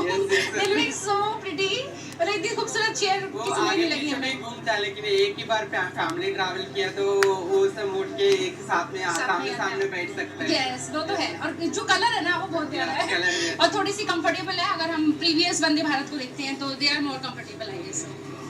అయితే ఈ అమ్మాయికి సంబంధించినటువంటి సపరేట్ ఇంటర్వ్యూను మీకు లింకును కింద అందజేస్తాం. దాన్ని సపరేట్ కట్ చేసి పంపించండి. ఆ అమ్మాయికి సంబంధించినటువంటి అంటే మనకు తెలియదు ఆ రోజుకి వందే భారత్ ఎక్స్ప్రెస్ ఓపెనింగ్ సందర్భంగా మన ప్రతినిధి వర్షిని అక్కడ వందే భారత్కి పంపిస్తే ఆ అమ్మాయి కూడా దీన్ని క్యాప్చర్ చేయడానికి వచ్చినటువంటి సందర్భంలో వర్షిని ఆమెని క్వశ్చన్ చేయడం జరిగింది. ఆ అమ్మాయి అనుకోకుండా ఇప్పుడు ఏది దేశద్రోహానికి పాల్పడినటువంటి ఆరోపణలు ఎదుర్కొంటున్నటువంటి అమ్మాయి పాకిస్తాన్కి సమాచారం ఇస్తున్నట్టు క్యూ న్యూస్ స్పెషల్గా ఆ అమ్మాయిని ఇంటర్వ్యూ చేసినటువంటి వీడియో తవ్వకాలలో బయటపడ్డది. మొత్తానికి ఆ అమ్మాయికి సంబంధించినటువంటిది ఏం జరిగింది ఇంకా వర్షిని ఒకసారి కూడా మాట్లాడించే ప్రయత్నం చేద్దాం. తర్వాత వర్షినితో మాట్లాడి చేయండి. ఇక దినపత్రికల్లో ఉన్నటువంటి వార్తలు అన్నీ ప్రధానంగా విచారణకు రండి, కేసీఆర్కు కాళేశ్వరం కమిషన్ పిలుపు, జూన్ 5న రావాలంటూ నోటీస్ పంపిన జస్టిస్ పీసీ ఘోష్, 6న హరీష్ రావు, 9న ఈటల రాజేందర్ హాజరు కావాలంటూ సమాచారం. మాజీ సీఎంతో భేటీ అయిన హరీష్ విచారణకు రావాలంటూ తెలంగాణ మాజీ ముఖ్యమంత్రి కేసీఆర్కు justice PC Ghosh commission notice జారీ చేసింది. జూన్ 5న కమిషన్కు రావాలని కోరింది. కేసీఆర్తో పాటు అప్పటి నీటిపారుదల శాఖ మంత్రి హరీష్ రావును అదే నెల 6న ఆ సమయంలో ఆర్థిక శాఖ మంత్రిగా ఉన్న ఈటల రాజేందర్ను 9న హాజరు కావాలని సమాచారం ఇచ్చింది. ఈ మేరకు కాళేశ్వరంపై న్యాయ విచారణ చేస్తున్న జస్టిస్ పీసీ ఘోష్ మంగళవారం నోటీసు పంపారు. జూన్ 5న బూరుగుల రామకృష్ణరావు భవనంలోని 8వ అంతస్తులో ఉన్న కాళేశ్వరం కమిషన్ కార్యాలయానికి కేసీఆర్ వెళ్లాల్సి ఉంది. కాళేశ్వరం ఎత్తిపోతల పథకంలో భాగంగా నిర్మించిన మేడిగడ్డ బ్యారేజీ అంటే మొన్న మేము ఈ పుష్కరాలకు పోయినాం కదా, అక్కడి నుంచే పోయినాం, లక్ష్మీ బరాజ్ నుంచి పోయినాం. కాళేశ్వరం ఎత్తిపోతల పథకంలో భాగంగా నిర్మించిన మేడిగడ్డ బ్యారేజీ 2023 అక్టోబర్లో కుంగడం, కాంగ్రెస్ ప్రభుత్వం అధికారంలోకి వచ్చిన తర్వాత మేడిగడ్డతో పాటు అన్నారం, సుందిలా బ్యారేజీలపై సుప్రీంకోర్టు మాజీ న్యాయమూర్తి జస్టిస్ పీసీ ఘోష్ నేతృత్వంలో న్యాయ విచారణ కమిషన్ ఏర్పాటు చేయడం తెలిసిందే. 2024 మార్చిలో ఏర్పాటైన ఈ కమిషన్ కాళేశ్వరం బ్యారేజీల నిర్మాణంలో పాలు పంచుకున్న వివిధ విభాగాల ఇంజనీర్లు, నిర్మాణ సంస్థలు, ఆర్థిక నీటిపారుదల శాఖ ఉన్నతాధికారులు, పే అండ్ అకౌంట్స్ అధికారులను విచారించింది. కొందరు స్వచ్ఛందంగాను కమిషనరేట్ హాజరయ్యారు. అందరి నుంచి అఫిడవిట్లను తీసుకొని క్రాస్ ఎగ్జామినేషన్ చేశారు. వాటిలో వచ్చిన అంశాల ఆధారంగా ప్రస్తుతం కేసీఆర్, హరీష్ రావు, ఈటల రాజేందర్ను పిలిచినట్టు స్పష్టమవుతుంది. అప్పటి ముఖ్యమంత్రి కేసీఆర్ సమక్షంలో తీసుకున్న నిర్ణయాల ప్రకారమే తాము ముందుకెళ్ళినట్టు పలువురు విచారణలో పేర్కొన్నారు. ఇక ఇంజనీర్లు ఇచ్చిన రికార్డులను నిర్ధారించుకోవడానికి వివిధ అంశాలపై కేసీఆర్ అభిప్రాయాలను తెలుసుకోవడానికి హాజరు కావాలని కోరినట్టుగా సంబంధిత వర్గాలు తెలిపాయి. అయితే విషయం ఏంటంటే ఒక చెట్టుకు తల్లివేరు అని ఉంటుంది చూడు, ఆ తల్లివేరు అసలు వ్యక్తి కాళేశ్వరానికి కేసీఆర్. ఈ తల్లివేరును పట్టుకుంటే పిల్లేర్ల సంగతి తెలిసిపోయేది. ఈ కమిషన్ గడువు ఇన్నేళ్ళు అక్కర లేకుండే ఒక్క నెలలో క్లోజ్ అయ్యేది. తల్లి ఏరును తర్వాత పట్టుకొని పిల్ల ఏర్లను పట్టుకొని అరే ఇప్పుడు లాస్ట్కి ఏం చేస్తారంటే ఇంజనీర్లను బలి చేస్తారు. ఇప్పుడు కేసీఆర్ చెప్పేది ఏం చెప్తాడంటే ఫైనల్గా ఇప్పుడు నాకేం సంబంధం భయ్, నేను యాజ్ అ పొలిటికల్ రిప్రజెంటేటివ్ కాదు చెప్పిండు. ఎప్పుడో ఏమన్నాడు గతంలో ఫస్ట్ ఏమన్నాడు, నా మెదడు బొట్టు రక్తం ఖర్చు పెట్టి కాళేశ్వరం కడితే కాళేశ్వరం పనికి రాలేదా, నా కళ నా డ్రీమ్ నేనే చేసిన అన్నాడు. అన్న తర్వాత ఎప్పుడైతే కాళేశ్వరం ప్రాజెక్ట్ అవినీతి పైన విచారణ కమిషన్ ఏర్పాటైందో, విచారణ కమిషన్ ఏర్పాటైన తర్వాత కేసీఆర్ చెప్పినటువంటి మాట ఆ ఇంజనీరింగ్ లాంగ్వేజ్ నాకు ఏమర్థమైపోయింది, వాళ్ళు ఏం చెప్తే అదే ఏముంటుందా నా దగ్గర, గిడగట్టాలని చెప్తాను నేను, ఇది మా ప్రజలకు నీళ్ళు ఇవ్వాలని చెప్తాను నేను, ఈ ప్రాంతాలకు నీళ్ళు ఇవ్వాలి, వీళ్ళందరూ కూడా ఎండిపోతా ఉన్నాయి, వీళ్ళందరూ కూడా పంటలు పండేలాగా రైతులు ఆగమవుతా ఉన్నారు, రైతులకు నీళ్ళు ఇచ్చేటువంటి కార్యక్రమంలో నేను నాది బాధ్యత, ఎడగట్టాలా ఎక్కడ కట్టాలా ఎట్లా కట్టాలా ఏ సిమెంట్ వాడాలా ఏ ఇటుక వాడాలన్నది మీ ఇంజనీర్ చూసుకోవాలి అంటాడు. ఒక్కటే దెబ్బలాల మీద నువ్వు కిడిచిపెట్టాను కదా, దాని మీద ఏమన్నా లాభం వస్తేనేమో కేసీఆర్ మీద, అంతే కదా, నష్టం వస్తేనేమో ఇంజనీర్ల మీద. అందుకనే ఆఫీసర్లు అంటే సోయి ఉండాలి మరి ఆఫీసర్లో సోయి ఉండదా, ఎవడు పడతా వాడు ఏది పడతా పని చెప్తే చేసినాం అనుకో, రేపు లోపల పోయేది మేము, లేకపోతే తలకాయ నొప్పులు ఏది మాకు అన్నటువంటి సోయి ఉండాలి కదా. అట్లా కాదు సార్ ఇట్లా కాదు సార్ ఇది వాడద్దు అట్లా కుదరదు నేను చేయను అని చెప్పాలి. అప్పుడు మరి ఇంజనీర్ అంటే సోయి లేకపోతే వాడే బలవుతాడు, బలైండు కూడా అవుతాడు. ఇదే అంశాన్ని 3వ పేజీలో కంటిన్యూషన్ వార్త ఉంది. అప్పుడు ఐఏఎస్ ఆఫీసర్ శ్రీలక్ష్మి విషయంలో ఏం జరిగింది, ఇదే కాదన్నా కమిషన్ విచారణ దాదాపు పూర్తయిన దశలో కేసీఆర్ను పిలవడం ప్రాధాన్యాన్ని సంతరించుకుంది. కాళేశ్వరం నిర్మాణ సమయంలో హరీష్ రావు నీటిపారుదలకు, ఈటల రాజేందర్ ఆర్థిక శాఖకు మంత్రులుగా ఉన్నారు. ప్రాజెక్టుకు రుణం తీసుకునేందుకు ఏర్పాటు చేసిన కార్పొరేషన్ మేడిగడ్డ బ్యారేజ్లో అదనపు పనుల అప్పగింత తదితర అంశాలపై వీరి నుంచి వివరాలను కోరే అవకాశం ఉంది. అధిక సంఖ్యలో ఇంజనీర్లను, అధికారులను, నిర్మాణ సంస్థలను విచారించాల్సిన రావడంతో కమిషన్ గడువు రాష్ట్ర ప్రభుత్వం 7 సార్లు పొడిగించింది. 7 ఇంకొక 700 సార్లు అయినా పొడిగించగలుగుతుంది. ఈ నెలాఖరుతో కమిషన్ గడువు ముగియనుండడంతో కేసీఆర్, హరీష్ రావు, ఈటల రాజేందర్లను పిలవకుండానే తుది నివేదిక ఇస్తారన్న ప్రచారం జరిగింది. అయితే విచారణలో ఇంజనీర్లు చెప్పిన రాతపూర్వకంగా ఇచ్చిన అఫిడవిట్ల ఆధారంగా వీరితో మాట్లాడకుండా తుది నివేదిక ఇవ్వరాదని కమిషన్ భావించడంతో మరో 2 నెలల సమయం ఇచ్చి జూలై ఆఖరి వరకు గడువు పెంచుతూ సోమవారం సర్కారు ఆదేశాలు జారీ చేసింది. సోమవారం 3 నోటీసులు ఇవ్వాలని కీలక నిర్ణయం తీసుకున్న కమిషన్ మంగళవారం పంపినట్టు సంబంధిత వర్గాలు తెలిపాయి. రైట్. అయితే దీని మీద ఒక ఇంటర్నల్ చర్చ ఏంటంటే, ఈ మధ్య కాలంలో హరీష్ రావు గారు ఏది మన మీ ఎల్కతుర్తి కాడ నిర్వహించినటువంటి సభా కార్యక్రమాల బాధ్యతలు మొదటగా హరీష్ రావుకి అప్పగిస్తే, ఇంత పెద్ద సభ క్రెడిట్ అంతా హరీష్ రావుకి ఎట్ట దక్కుతుంది, నా కొడుకు దక్కాలి కదా అని హరీష్ నువ్వు ఊకో రాము చూసుకుంటాడని చెప్పిండట. తర్వాత రామ్ ఎంటర్ అయిపోయింది. తర్వాత హరీష్ రావు అలిగి నిన్న మొన్న 2 గంటల పాటు చర్చ జరిగింది. అంటే ఇంటర్నల్గా అది కాదు అసలు ఇష్యూ ఏం జరుగుతుందంటే, అంటే జనరల్ నాకున్నటువంటి సమాచారం మేరకు, క్లోజ్ ఫ్యామిలీ నుంచి ఉన్న సమాచారం మేరకు యాక్చువల్గా ఏంటంటే, ఎప్పుడైతే ఈ పవర్ పోయిన తర్వాత కొంత రాష్ట్ర వ్యాప్తంగా జరుగుతున్న చర్చలో సరే కేసీఆర్ రెస్ట్ తీసుకుంటా ఉన్నాడు. సో కేటీఆర్ విపరీతంగా ప్రయత్నం చేసినా కూడా కేటీఆర్ కంటే ప్రజలలో రోజు కింద హరీష్ రావు పైన ఒక సానుభూతి వాతావరణం క్రియేట్ అవుతా ఉన్నది. సో ఈ క్రమంలో కేసీఆర్ చేసినటువంటి మైండ్ స్కెచ్ ఏంటంటే, ఎట్టి పరిస్థితుల్లో కేటీఆర్ చేతికి పార్టీని రేపు రాబోయేటువంటి పరిణామాలలో కేటీఆర్ను హీరో చేసి పెట్టాలన్నది కేసీఆర్ ఫ్యామిలీ ఇంటర్నల్ తీసుకున్న డిసిజన్. అందులో భాగంగా అడ్డం ఉన్నటువంటి వ్యక్తి హరీష్ రావు. సో ఎట్టి పరిస్థితుల్లో హరీష్ రావును పార్టీ నుంచి బయటకు పంపాలన్నటువంటి ఒక ప్రయత్నం చేశారు. సో హరీష్ రావు జనరల్ ఏముంటాడంటే, అక్కంచెల్లి కేసీఆర్ దగ్గర ఆదేశాలు రావాల్సిన అవసరం లేదు, సమాచారం తెలిస్తే ఆయన ఇన్వాల్వ్ అయిపోయి పనిచేసుకుంటూ పోతూ ఉంటాడు. సో అందుకే బీఆర్ఎస్ రజతోత్సవ సభను వరంగల్లో పెట్టాలని నిర్ణయం తీసుకున్నప్పుడు ఆయన ఈ రింగ్ రోడ్ 4 ఉన్నటువంటి ఉనికిచెర్ల ఈ ప్రాంతాలను కూడా సెర్చ్ చేసిన తర్వాత ఎప్పుడైతే హరీష్ రావు రంగంలో దిగిండు అన్నటువంటి ఒక వార్త బయటకు వచ్చిన తర్వాత ప్రజలలో ఒక రకమైనటువంటి ప్రచారం జరిగింది. సో ఆ క్షణం కేసీఆర్ ఆలోచించింది ఏంటంటే, మళ్ళీ సో మేము 100 కోట్ల రూపాయలు డబ్బులు ఖర్చు పెడతా ఉన్నాం, ఎట్లా 400-500 రూపాయలు మనిషికి 400 రూపాయలు 300 రూపాయలు ఇవ్వాల్సిందే ఎట్టి పరిస్థితులలో. సో సభ ఏర్పాట్ల కోసం 50-60 కోట్లు ఖర్చు పెట్టాల్సిందే. ఈ 100 కోట్ల రూపాయలు ఖర్చు పెట్టి దాని క్రెడిట్ హరీష్ రావుకి ఎందుకు ఇచ్చి హరీష్ రావును మళ్ళీ ఎందుకు హీరో చేయాలా? సో కాబట్టి హరీష్ రావును హీరో చేయడం ఇష్టం లేక హరీష్ రావును పార్టీ నుండి పంపాలని డిసైడ్ అయింది. కాబట్టి సో ఆయనను ఒక రకంగా హిమ్లెట్ చేశారు, తనకు తానే ఇబ్బంది పడే విధంగా క్రియేట్ చేసింది కేసీఆర్. సో క్రియేట్ చేసిన తర్వాత హరీష్ రావు అన్నట్టు సైలెంట్ అయిపోయాడు. కేటీఆర్ అని టీం తన వల్ల కేటీఆర్ టీం పోచంపల్లి శ్రీనివాసరెడ్డి, వినయ్ భాస్కర్ ఇదంతా కూడా కేటీఆర్ టీం కదా. సో వాళ్ళంతా వర్క్లలో బిజీ అయిపోయారు 2 రోజుల ముందు. సో అప్పటికి కేసీఆర్ ఊహించింది ఏంటంటే అసలు కవిత నుంచి థ్రెట్ ఉంటుంది కేటీఆర్ అన్నదాన్ని అసలు కేసీఆర్ ఊహించలేదు. సో కవిత ఎప్పుడైతే యాక్టివ్ అయిపోయి లేదు హరీష్ను మీరు పంపిస్తారు కదా కేటీఆర్ని చేసుకుంటారు, నా సంగతి ఏందని చెప్పేసి అని తేల్చామని కూర్చున్నది ఆమె. ఫైనల్గా కూర్చొని నా సంగతి ఏంటంటే అసలు ఏంటి విషయం అని అంటే ఆమె పెట్టినటువంటి ప్రపోజల్ ఏంటంటే మీరు కేటీఆర్ను పార్టీ రాష్ట్ర అధ్యక్షులుగా చేస్తామని డిసైడ్ అయ్యారు కాబట్టి సో కేటీఆర్ రాష్ట్ర అధ్యక్షులుగా ఉంటే వర్కింగ్ ప్రెసిడెంట్ నాకు ఇవ్వాలి, లేదా పార్టీలో నెంబర్ 2 పొజిషన్ నాకు కావాలా, కేటీఆర్ తర్వాత పొజిషన్. సో దాని పట్ల మీరు క్లారిటీ ఇవ్వాల్సిందే నాకు అని చెప్పేసి అని కవిత థ్రెటన్ చేసి ఒక రకంగా కవిత ఎంత హ్యూమిలేట్ అయిందంటే సో పార్టీ అధికారంలో ఉన్న 10 సంవత్సరాల్లో కేటీఆర్ సంపాదించుకున్నాడు డబ్బులు, హరీష్ రావు సంపాదించుకున్నాడు, సంతోష్ రావు సంపాదించుకున్నాడు, అండ్ వినోద్ కుమార్ సంపాదించుకున్నాడు. మన కమ్యూనిటీలో అందరూ కూడా ఎవరు 1000 కోట్ల తక్కువ సంపాదించాలి, 1000 కోట్ల నుంచి 1,00,000 కోట్ల దాకా ఒక్కొక్కటి తక్కువ 1000 కోట్లు, ఎక్కువ 1,00,000 కోట్ల వరకు ఎవరో దోషినంత వాళ్ళు సంపాదించుకున్నారు ఈ 10 సంవత్సరాల్లో. సంపాదించిన వాళ్ళు ఎవరు అందరూ సంపాదించారు కదా, అందరితో పాటు నేను సంపాదించుకున్నా. మరి నేను ఒక్కదాన్ని 6 నెలలు ఎందుకు జైలు పోవాలా? నన్ను జైలు నుంచి పోకుండా కాపాడమని మీకు 6 రోజులు ప్రెషర్ పెట్టినా కదా నేను. మీ అందరికి ఎందుకు జైలు పోతలేరు? ఇప్పుడు నన్ను జైలు పంపించి వీళ్ళందరూ కూడా సేఫ్ ఎట్లుంటారు మీరు? ఈ మధ్య చేస్తున్నటువంటి కామెంట్స్ మీరు బాగా అబ్జర్వ్ చేయండి. అంటే నన్ను ఇంకా మరోసారి జైలు పంపుతారా మీరు? ఒకసారి జైలు పంపించింది సరిపోదా? సామాజిక తెలంగాణ, సామాజిక భౌగోళిక తెలంగాణ వచ్చింది, సామాజిక తెలంగాణ రాలేదు. నేను 53 నియోజకవర్గాలు తిరిగిన తర్వాత చెప్తా ఉన్నా.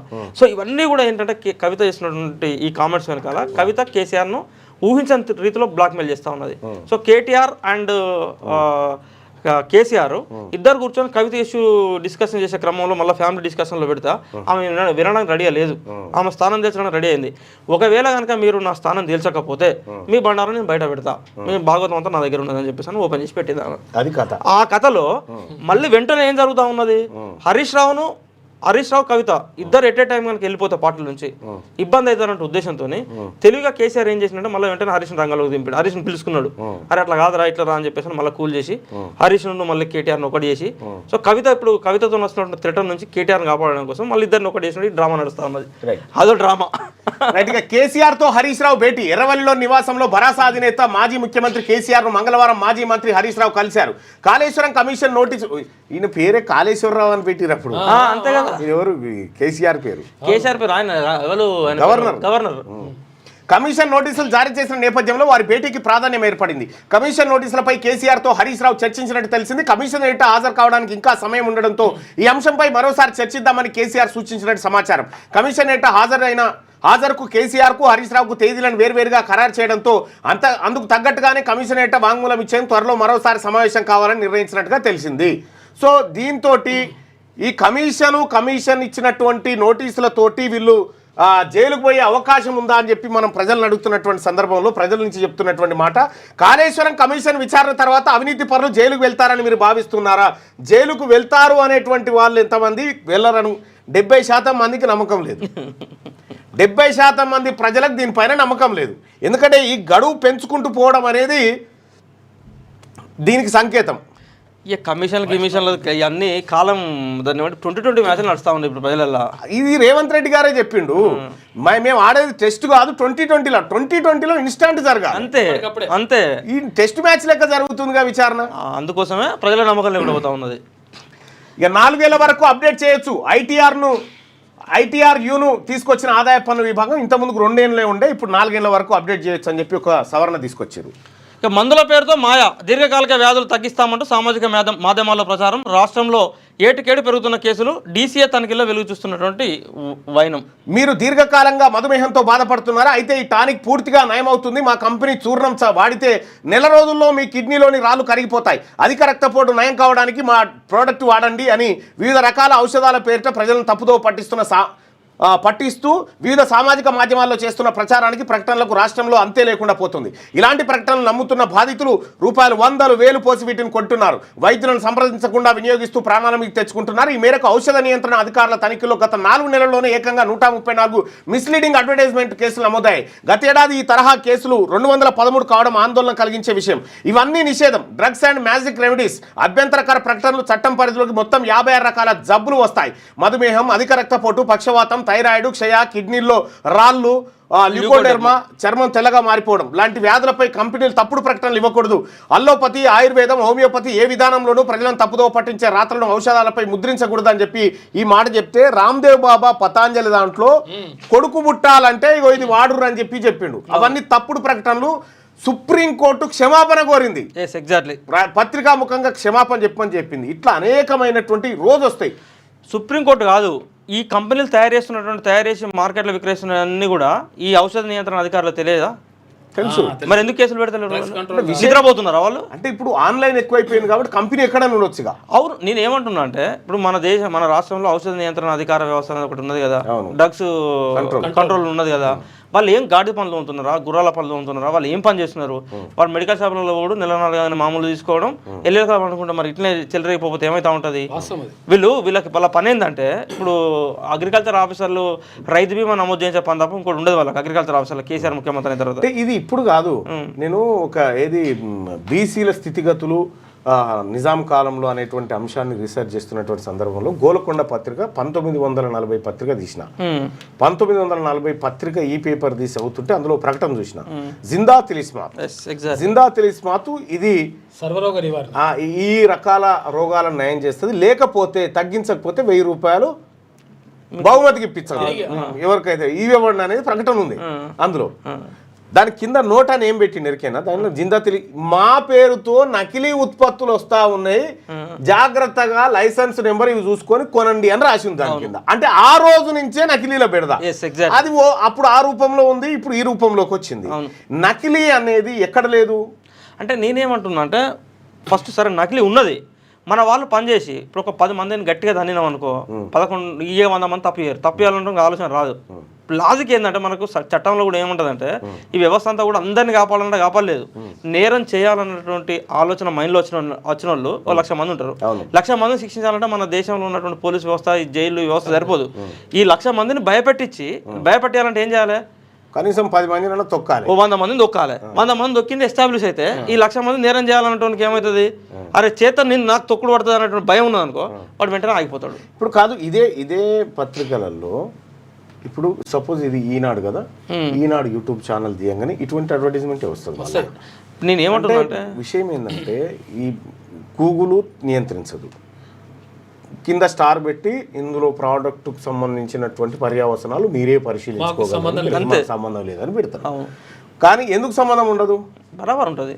ఈ సంబంధం కలిగింపజేస్తే, ఈ తప్పుడు ప్రకటన నీ దాని మీద ఉంటే నువ్వు కూడా లయబులే అని చెప్పాలి. అదే సరే మనం చెప్తాము, అదంతా ఓకే.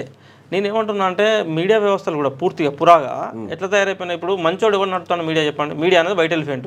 మంచిగా చేసి మీడియా నడపాలనుకున్నామండి. ఒక ఆర్గనైజేషన్ ఇప్పుడు ఈనాడు లాంటి ఆర్గనైజేషన్ నడపాలంటే ఎన్ని కోట్లు ఖర్చు అయితే పర్ మంత్లీ కాదు. ఇప్పుడు Q news YouTube channel, news channel అనేది ఎవరు పెట్టని టైంలో మేము పెట్టినాం కాబట్టి అది ఆ రోజు నుంచి ఈ రోజు దాకా ఎలాంటి ఫైనాన్షియల్ బర్డన్ లేకుండా గూగుల్ రెవెన్యూతో యాడ్స్తో ఇట్లే నడుస్తూ ఉంది. కానీ ఇప్పుడు ఆ తర్వాత పెట్టిన ఏ యూట్యూబ్ ఛానళ్ళు కూడా 1-2 మినహా ఏ యూట్యూబ్ ఛానళ్ళు కూడా వాళ్ళకు రెవెన్యూ రాదు. కాబట్టి వాళ్ళకు ఏదో ఒక పార్టీయో నాయకుడో స్పాన్సర్ చేయాల్సిందే, ఫండింగ్ చేయాల్సిందే. క్లియర్గా మనం చెప్పాలంటే, వ్యభిచారం చేసినప్పుడు అడ్వర్టైజ్మెంట్ ఇవ్వాల్సిందంటే ఆశ్రయించాల్సిందే. వ్యభిచారం దగ్గర నుంచి మొదలుకొని ఈ దేశంలో నిషేధం అని మనం మాట్లాడుతూ ఉన్నాం కదా, డైరెక్ట్ను ఇండైరెక్ట్ను, దొంగలో లంగలో మనకి ఏం పని ఉంటుంది? యూట్యూబ్ ఛానల్తో అడ్వర్టైజ్మెంట్ చేయాల్సిన అవసరం ఎవరికి ఉంటుంది? జనరల్గా పొలిటికల్ పార్టీలకు, పొలిటికల్ లీడర్లకు ప్రచారం అవసరం కాబట్టి వాళ్ళు చేసుకుంటూ ఉంటారు. సో ప్రచారం అవసరం ఉన్న వాళ్ళు ఇప్పుడు రాష్ట్రంలో, తెలంగాణ రాష్ట్రంలో సరే మనది ఒకటి, తొలి వెలుగు ఒకటి, ఇట్లా 1-2-3 కాలేజీ 1-2-3 మినహాయిస్తే మిగిలిన అన్ని ఛానళ్ళ వెనకాల ఏదో ఒక political party or political leader లేకుండా, వాళ్ళ సపోర్ట్ లేకుండా నడుస్తున్నటువంటి ఛానల్ అవి. కేటీ రామారావు చేతిలో 23 యూట్యూబ్ ఛానల్ ఉన్నాయి. ఎగ్జాక్ట్లీ 23 యూట్యూబ్ ఛానల్లో నేను చెప్తాను, 23 యూట్యూబ్ ఛానళ్లలో ఒక యూట్యూబ్ ఛానల్ V6లో పనిచేసిపోయినటువంటి ఒక ఆయనకు నెలకు 7 లక్షల రూపాయలు ఇస్తుంది. Exactly 7 lakhs. అవును, 7 lakhs ఒకదానికి, 4 లక్షలు ఓదానికి, 3 లక్షలు ఓదానికి, 3 లక్షలు మినిమం ప్యాకేజ్ యూట్యూబ్ ఛానల్కి. వాళ్ళదే స్టూడియో, అందులో చేసుకోవాలి, వెళ్ళిపోవాలి, దానికో ఛానల్ పేరు అదంతా పెట్టుకోవాలి.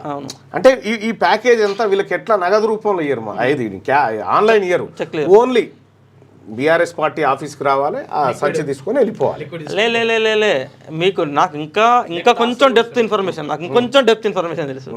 ఇది నేరుగా ఏమవుతుందంటే బీఆర్ఎస్ పార్టీ దగ్గర ఒక 1000 కోట్ల రూపాయలు అధికారికంగా పార్టీ అకౌంట్లో ఉన్నాయి, అఫిషియల్గా కదా ఇదంతా.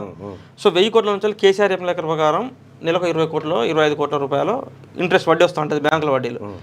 2 నెలలు 3 నెలలు అయితే 50-60 కోట్లు అవుతుంది. ఈ 20 కోట్ల రూపాయల నుంచి వెళ్ళి పర్ మంత్ 1 కోటి రూపాయలు 1 కోటి రూపాయలు కేవలం మీడియా మీద ఎవ్రీ మంత్ ఖర్చు పెట్టడం కోసం డిసైడ్ అయింది. 1 కోటి అనుకుంటున్నా. లే యూట్యూబ్ ఛానల్కి ఇచ్చేది 1 కోటి రూపాయలు, ఇచ్చే 20 కోట్లలో. ఈ 1 కోటి రూపాయలకు నువ్వు అన్నటువంటి ఇప్పుడు 23 ఛానల్ ఉన్నాయి కదా, 23 ఛానళ్ళకి యావరేజ్గా వాళ్ళ రీచింగ్ బట్టి సో వీళ్ళకి డైరెక్ట్ మళ్ళీ పార్టీ వ్యవస్థ ఉండదు. దీనికి ఒకటి అనురాగ్ రెడ్డి అని ఒకటి ఉంటాడు. అనురాగ్ రెడ్డి కంటే ముందు ఆడేం చేస్తారు, ఆడికి డైరెక్ట్ రావాలి కదా, ఆడ కొంత దిలీపు సంతోష్ పార్టీ వ్యవస్థ. సో అక్కడ మొదలుపెట్టి ఇట్లా అనురాగ్ రెడ్డి ఏం చేస్తారంటే 1వ తారీఖు నుంచి 10వ తారీఖు వరకు వీళ్ళందరినీ ఎక్కడెక్కడ విలువలు ఎవరైనా ఎక్కడెక్కడ ఎవరి ప్లేస్ వాళ్ళకి డిసైడ్ చేసేసి ఈ మంత్ ఏమేమి అనుకుంటాను ఇంపార్టెంట్ అనేది షెడ్యూల్ ఇచ్చుకుంటూ కార్యాచరణ షెడ్యూల్ కూడా ఎట్లా ఇస్తారండి. తెలుగు స్క్రైబ్ అని ఒకటి ఉంటుంది, ఆ స్క్రైబ్ లో ఏ ఐటమ్ అయితే వస్తుందో దాన్ని యూట్యూబ్ ఛానల్ నడిపాలి. ఈ ఛానల్ అన్ని నడిపియాలి. అంటే అట్లా నడిపించి ఆ కంటెంట్ వీళ్ళే ఇస్తారు, ఆ కంటెంట్ ప్రజల దగ్గరికి పోతారు. ప్రజల దగ్గర పోయి మీరు చూడండి, ప్రజలు రేవంత్ రెడ్డి గారిని తిట్టేటువంటి దానికి లోగో ఉండదు. ఎందుకంటే ఇది అందరు వాడాలని ఇది ఒక ముఠాగా తయారై చేస్తాయి. అయితే ఇక్కడ ఈ ఛానళ్ళు కానీ పత్రికలు కానీ ఏవైనా కూడా వేల మీద లెక్క పెట్టవచ్చు, 1-2 మాత్రమే వాటి కాళ్ళ మీద అవి నిలబడి నడుస్తున్నాయి. ఈ మధ్య కాలంలో దీన్ని ఈ సిసిఎస్ పోలీసు తెలంగాణ పోలీసులతో అయితలేదు. ఇది అయినప్పటికీ వీళ్ళకి ఒక భయం ఏర్పడి సో ఈ మధ్య కాలంలో ఉన్నటువంటి సమాచారం ఏంటంటే ఒకటేమో దుబాయ్కి షిఫ్ట్ చేసి దుబాయ్ కేంద్రంగా నడపాలని మేజర్ ఆర్గనైజేషన్ అంతా, మెయిన్ ఆఫీస్ అంతా ఈ ఫ్రేక్ ప్రచారం చేసేటువంటి ఆర్గనైజేషన్. రెండోది ముంబై కేంద్రంగా నడపాలా లేకపోతే తమిళనాడు చెన్నై కేంద్రంగా నడపాలా అనేది చర్చలు చేస్తూ ఉన్నారు. సో ఆయన స్టాలిన్ కొంత మరి కాంగ్రెస్ ఫేవర్ ఉంటాడా ఏంటి అనేది అదొకటి ఉన్నది. రెండోది ముంబై నుంచి కూడా సంబంధాల కోసం ప్రయత్నం చేస్తూ ఉన్నాడు కేటీఆర్. ముంబై ఆర్ చెన్నైకి షిఫ్ట్ అయ్యేటువంటి అవకాశం ఉన్నది. ఇప్పుడు ఆల్రెడీ దుబాయ్ నుంచి అందుకే రేవంత్ రెడ్డి గారు నిన్న మొన్న మొత్తుకుంది అదే, అక్రమంగా సంపాదించిన సొమ్ముతోటి సోషల్ మీడియాలో తప్పుడు ప్రచారం. వాస్తవానికి కూడా రేవంత్ రెడ్డి గారు 10% ఫెయిల్ అయితే వీళ్ళు 120% ఫెయిల్ అయ్యారని చూపించారు. 100% అదే జరిగినటువంటి ఘటన అదే. సరే ప్రభుత్వం ఏదున్నా వీళ్ళున్నా వాళ్ళున్నా కానీ వాళ్ళు ఈ రాష్ట్ర ప్రభుత్వం ఏమో 200-300 కోట్ల రూపాయలు ఈ పేపర్లకు అడ్వర్టైజ్మెంట్లు ఇచ్చి పేరు ప్రఖ్యాతులు తీసుకొచ్చుకురావాలనుకుంది. ఈ పేపర్లను దేకినోడే లేడు. ఇప్పుడు సంసారం చేయాలంటే చక్కగా ఉండాలి ఆడమే, సంసారం చేసేటువంటి ఆడమే లక్షణాలు వేరే ఉంటాయి. వాళ్ళేమో డైరెక్ట్ పట్టుకొని ఏం చేస్తున్నారంటే రోడ్ల మీద వదిలేసిండు కేటీఆర్ అంటే వాళ్ళు ఏం చేసినంటే రోడ్ల మీద వదిలేసి ఇక బరి తెగించి వ్యవహారం నడుపుతా ఉన్నారు వాళ్ళు. ఈయనేమో సంసారం చేస్తాను కూడా ఇంట్లో గిల్లా మొత్తుకున్నాడు. ఏడైతుంది అది? అట్లుంటుంది కథ. ఈ నకిలీ మందులు ఏ మందులైనా మీరు గుర్తుపెట్టుకోండి, గంత ఇన్స్టాంట్గా తగ్గేటివి ఉంటే పెద్ద ఫార్మా కంపెనీలే క్యాప్చర్ చేసేస్తాయి దాన్ని. సమయం ఎక్కువైతుంది ఇలా. రైట్గా విఖ్యాత శాస్త్రవేత్తల అస్తమయం. అణుశాస్త్రవేత్తగా ఖ్యాతికెక్కిన ఎంఆర్ శ్రీనివాసన్, ఖగోళ భౌతిక శాస్త్రవేత్తగా ప్రసిద్ధిగాంచిన జయంత్ విష్ణు నార్లికర్ అంటూ ఒక వార్త. ఒకప్పుడు భారతదేశంలో ఇట్లాంటి శాస్త్రవేత్తలు ఉండేది, ఇప్పుడు ఉండరు. మన నోబెల్ శాంతి బహుమతులు ఎన్నాయో మన దేశానికి, ఇంకా అమెరికాలో ఎన్ని ఉన్నాయో చూడండి. శాస్త్రవేత్తలకు అనువైనటువంటి దేశం అమెరికా, దాని తర్వాత జర్మనీ, దాని తర్వాత స్విట్జర్లాండ్, దాని తర్వాత చైనా, ఎక్కడనో ఇండియా ఉంటుంది. అఖిల భారత సర్వీస్ అధికారుల ప్రవర్తన హుందాగా ఉండాలి, ఐఏఎస్ అధికారులకు సిఎస్ ఆదేశాలు. రైట్. ఈ ఐఏఎస్ అధికారులు ఐపీఎస్ అధికారులు వీళ్ళు కూడా అంటే సపోజు ఒక ఆయన పోలీస్ కమిషనర్ ఇక్కడికి ఒక ఆయన సమస్య మీద వస్తే ఆయనను బాగా ఇబ్బంది పెట్టే కార్యక్రమం చేస్తారు. నేను ఆయనకు ఫోన్ చేసి కమిషనర్ గారు ఇట్లా మీ సిబ్బంది ఇబ్బంది పెడుతురట, కొద్దిగా దీన్ని పరిశీలించండి అని చెప్పిన. నాకంటే అంటే హైరార్కీ ఉంటుంది కదా కింద, ఏది డీసీపీ వీళ్ళందరూ ఉంటారు వాళ్ళకి చెప్పాలి కదా అని అంటే, నేను నీకంటే పెద్దోడిని ప్రోటోకాల్లో, నేను ఎవరికి చెప్పాలి? ఆయన పెద్ద ఆయన అనుకుంటుండు. ఒక ఎమ్మెల్సీగా నేను ఆయన కంటే ప్రోటోకాల్లో పెద్దోడిని, నేను ఆయనకే చెప్పాలి కదా. అంటే వాళ్ళు ఎక్కువ ఊహించుకుంటారు అన్నట్టు. సో నిన్న ఆదేశాలు జారీ చేయడానికి ప్రధాన కారణం ఏంటంటే శరత్ అనే ఆయన గిరిజన వెల్ఫేర్ సెక్రటరీ ఉంది, ఐఏఎస్ ఆఫీసర్. ఆయన సీఎం కాళ్ళు మొక్కేటువంటి కార్యక్రమం కాళ్ళు మొక్కినట్టుగా అనిపించలేదు, అదేదో పడితే తీసుకున్నట్టు అనిపించింది. అది సోషల్ మీడియాలో ఇప్పుడు ఇది ఉంది కదా, ఈ బ్యాచ్ అంతా ఈ బ్యాచ్ ఉంది కదా, దీన్ని కాళ్ళు మొక్కిన దీన్ని వైరల్ చేస్తా ఉన్నారు. అసలు కాళ్ళు మొక్కే అవసరం శరత్కు లేదు, మొక్కించుకునే అవసరం సీఎంకు లేదు. మాటిస్తారు పాటిస్తారు, బడిని దిద్దుతున్న గురువులు, ఆ ఉపాధ్యాయులు ఎక్కడుంటే అక్కడ చదువుల పండుగే. వెలవెలబోయిన పాఠశాలలు సైతం విద్యార్థులతో కిక్కిరిసిపోతాయి. ఓవైపు రాష్ట్రంలో వందల ప్రభుత్వ ప్రాథమిక పాఠశాలలు విద్యార్థులు లేక అరే ఇక్కడ ఒక విషయం మాట్లాడుకోవాలి. గడ ఏది ఇగో విఖ్యాత శాస్త్రవేత్తల అస్తమయం అని చెప్తా ఉన్నారు కదా. మన దగ్గర శ్రీ చైతన్య, నారాయణ, ఐఐటి, జేఈఈ ర్యాంకులు, బీంకులు, ఆక్స్ఫర్డ్ మన్ను మషడ్ అని చెప్తారు కదా. వెంకట్ ఉన్నాడు పిలువ ఆయనని, షేక్ స్పైకర్ అని అద్భుతంగా రీసెర్చ్ చేసి విద్యా విధానాన్ని, అంటే ఒక మ్యాథమెటిక్స్ రానోడు కూడా ఎంత ఈజీగా మ్యాథమెటిక్స్ నేర్చుకోవచ్చు, ర్యాంకులు ఎట్లా కొట్టవచ్చు, అసలు విద్య అంటే ఏంది, షేక్ స్పైకర్ అని ఒకటి తయారు చేసి దాంట్లో చాలా అద్భుతంగా రీసెర్చ్ చేసి ఒక్కొక్క దాన్ని మొత్తం అన్ని సిలబస్లు ఒక దగ్గరికి తెచ్చి అన్ని డిక్షనరీలు ఎంత తప్పులు చేస్తా ఉన్నాయి అనేది కూడా ఆయన తీసుకొచ్చిండు. ఆయన ఒక్క నిమిషం మాట్లాడి సెంట్రల్ సిలబస్ బయటికి పోయిందా? Okay, central syllabus, international syllabus, ఇన్ని రకాలు ఉంటాయి దీంట్లో. మ్యాథమెటిక్స్, ఫస్ట్ క్లాస్ నుంచి మ్యాథమెటిక్స్. దీని తర్వాత ఒక స్పెషల్ ప్రోగ్రామ్ చేసేసి ఆ వీడియో లింక్ మన దానిలో వేసేయండి. ఇప్పుడు యూస్ఫుల్ అది. ఏం చేయకుండా మాటిస్తారు పాటిస్తారు, బడిని దిద్దుతున్న గురువులు, ఆ ఉపాధ్యాయులు ఎక్కడుంటే అక్కడ చదువుల పండుగ. వెలవెలబోయిన పాఠశాల సైతం విద్యార్థులతో కిక్కిరిసిపోతాయి. ఇక్కడ మా గ్రామం ఉంది కదా, మా గ్రామంలో మొత్తం యాదాద్రి భువనగిరి జిల్లాలోనే సెకండ్ హైయెస్ట్ స్ట్రెంగ్త్ ఉన్నటువంటి హై స్కూల్ మాది. ఇప్పటికి కూడా మా స్కూల్లో పిల్లలు కూడా 300-400 మంది పిల్లలు ఉంటారు. ఒకప్పుడు అడ్మిషన్లు దొరకనటువంటి పరిస్థితి. ఇప్పుడు అంత స్ట్రెంగ్త్ను మా విలేజ్లో మెయింటైన్ చేస్తూ ఉన్నాం.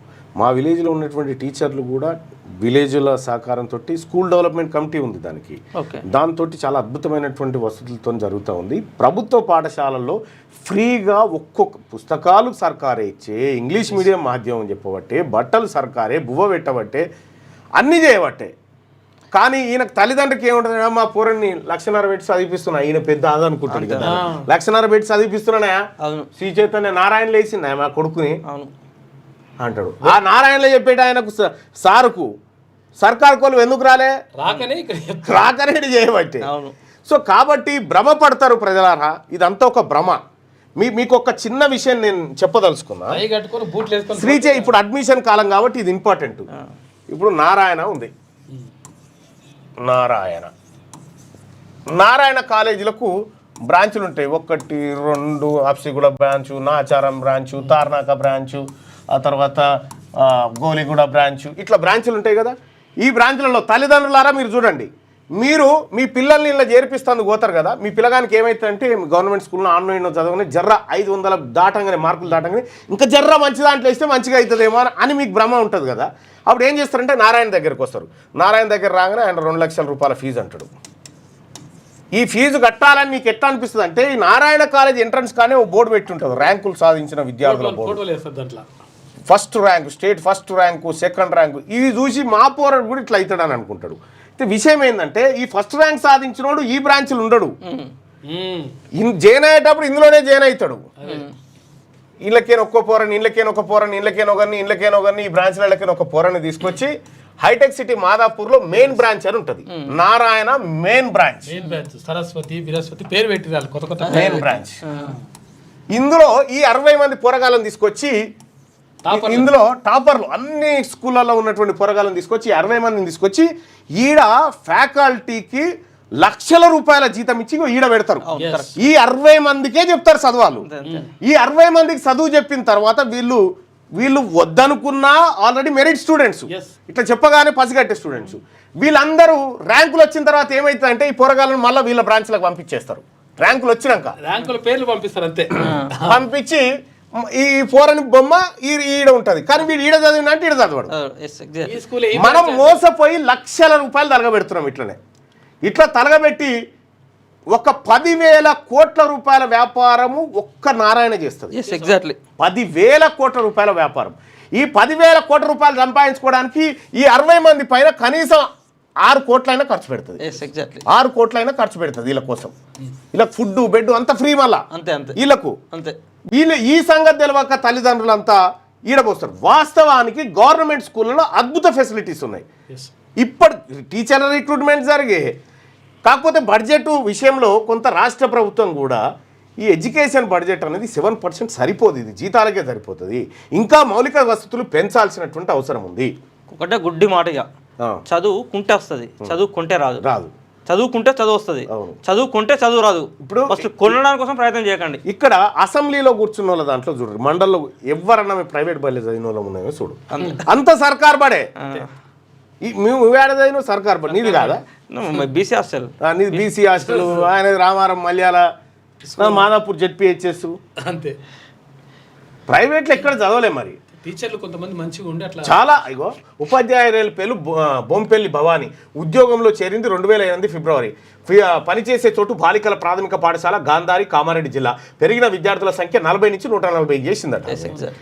ఉండాలి కదా ఇట్లా పిల్లలతో చేయించిన కృత్యాలు చూపుతున్న ఉపాధ్యాయురాలు భవానీ అంటూ ఒక వార్తను చూస్తా ఉన్నాం. ఉపాధ్యాయులకు కూడా ఇటువంటి కష్టపడేటువంటి ఉపాధ్యాయులకు కొంత ప్రోత్సాహకాలు దక్కాలి. సో భవానీ లాంటి వాళ్ళకి సెల్యూట్ చేస్తూనే, రెండోది ఏంటంటే ప్రభుత్వ ఉపాధ్యాయులందరూ కూడా సమాజంలో ఇంకొక కారణం కూడా ఏంటంటే ఈ సిటీలు నడుపుడు, ఈ రియల్ ఎస్టేట్ వ్యాపారం చేసుడు, ఈ దందాలు చేయడం వల్ల మధ్యకాలంలో జర ఎక్కువైపోయింది. ఈ దందాలు చేయడం వల్ల ఏమైందంటే ప్రభుత్వ ఉపాధ్యాయుల పైన సామాన్య ప్రజలలో వీడేడ బడికి పోతారు, ఈడేడ చదువు చెప్తారు ఆయన, ఈయన ఇదే పని, ఈ దందాలు చేసుకుని ఉంటాడు, మా పురాణ చదువు ఎక్కడ, ఈ ఫీలింగ్ కూడా మోపైంది. రైట్. ఇది బడులకు సంబంధించి. ఉగ్ర సంస్థల లాంతర్ తంత్రం, విద్వేషాలు రెచ్చగొట్టే పోస్టులతో యువతను ఆకర్షించేందుకు కుట్ర. సికింద్రాబాద్ విజయనగరం నిందితుల విచారణలో వెలుగులోకి. ఒక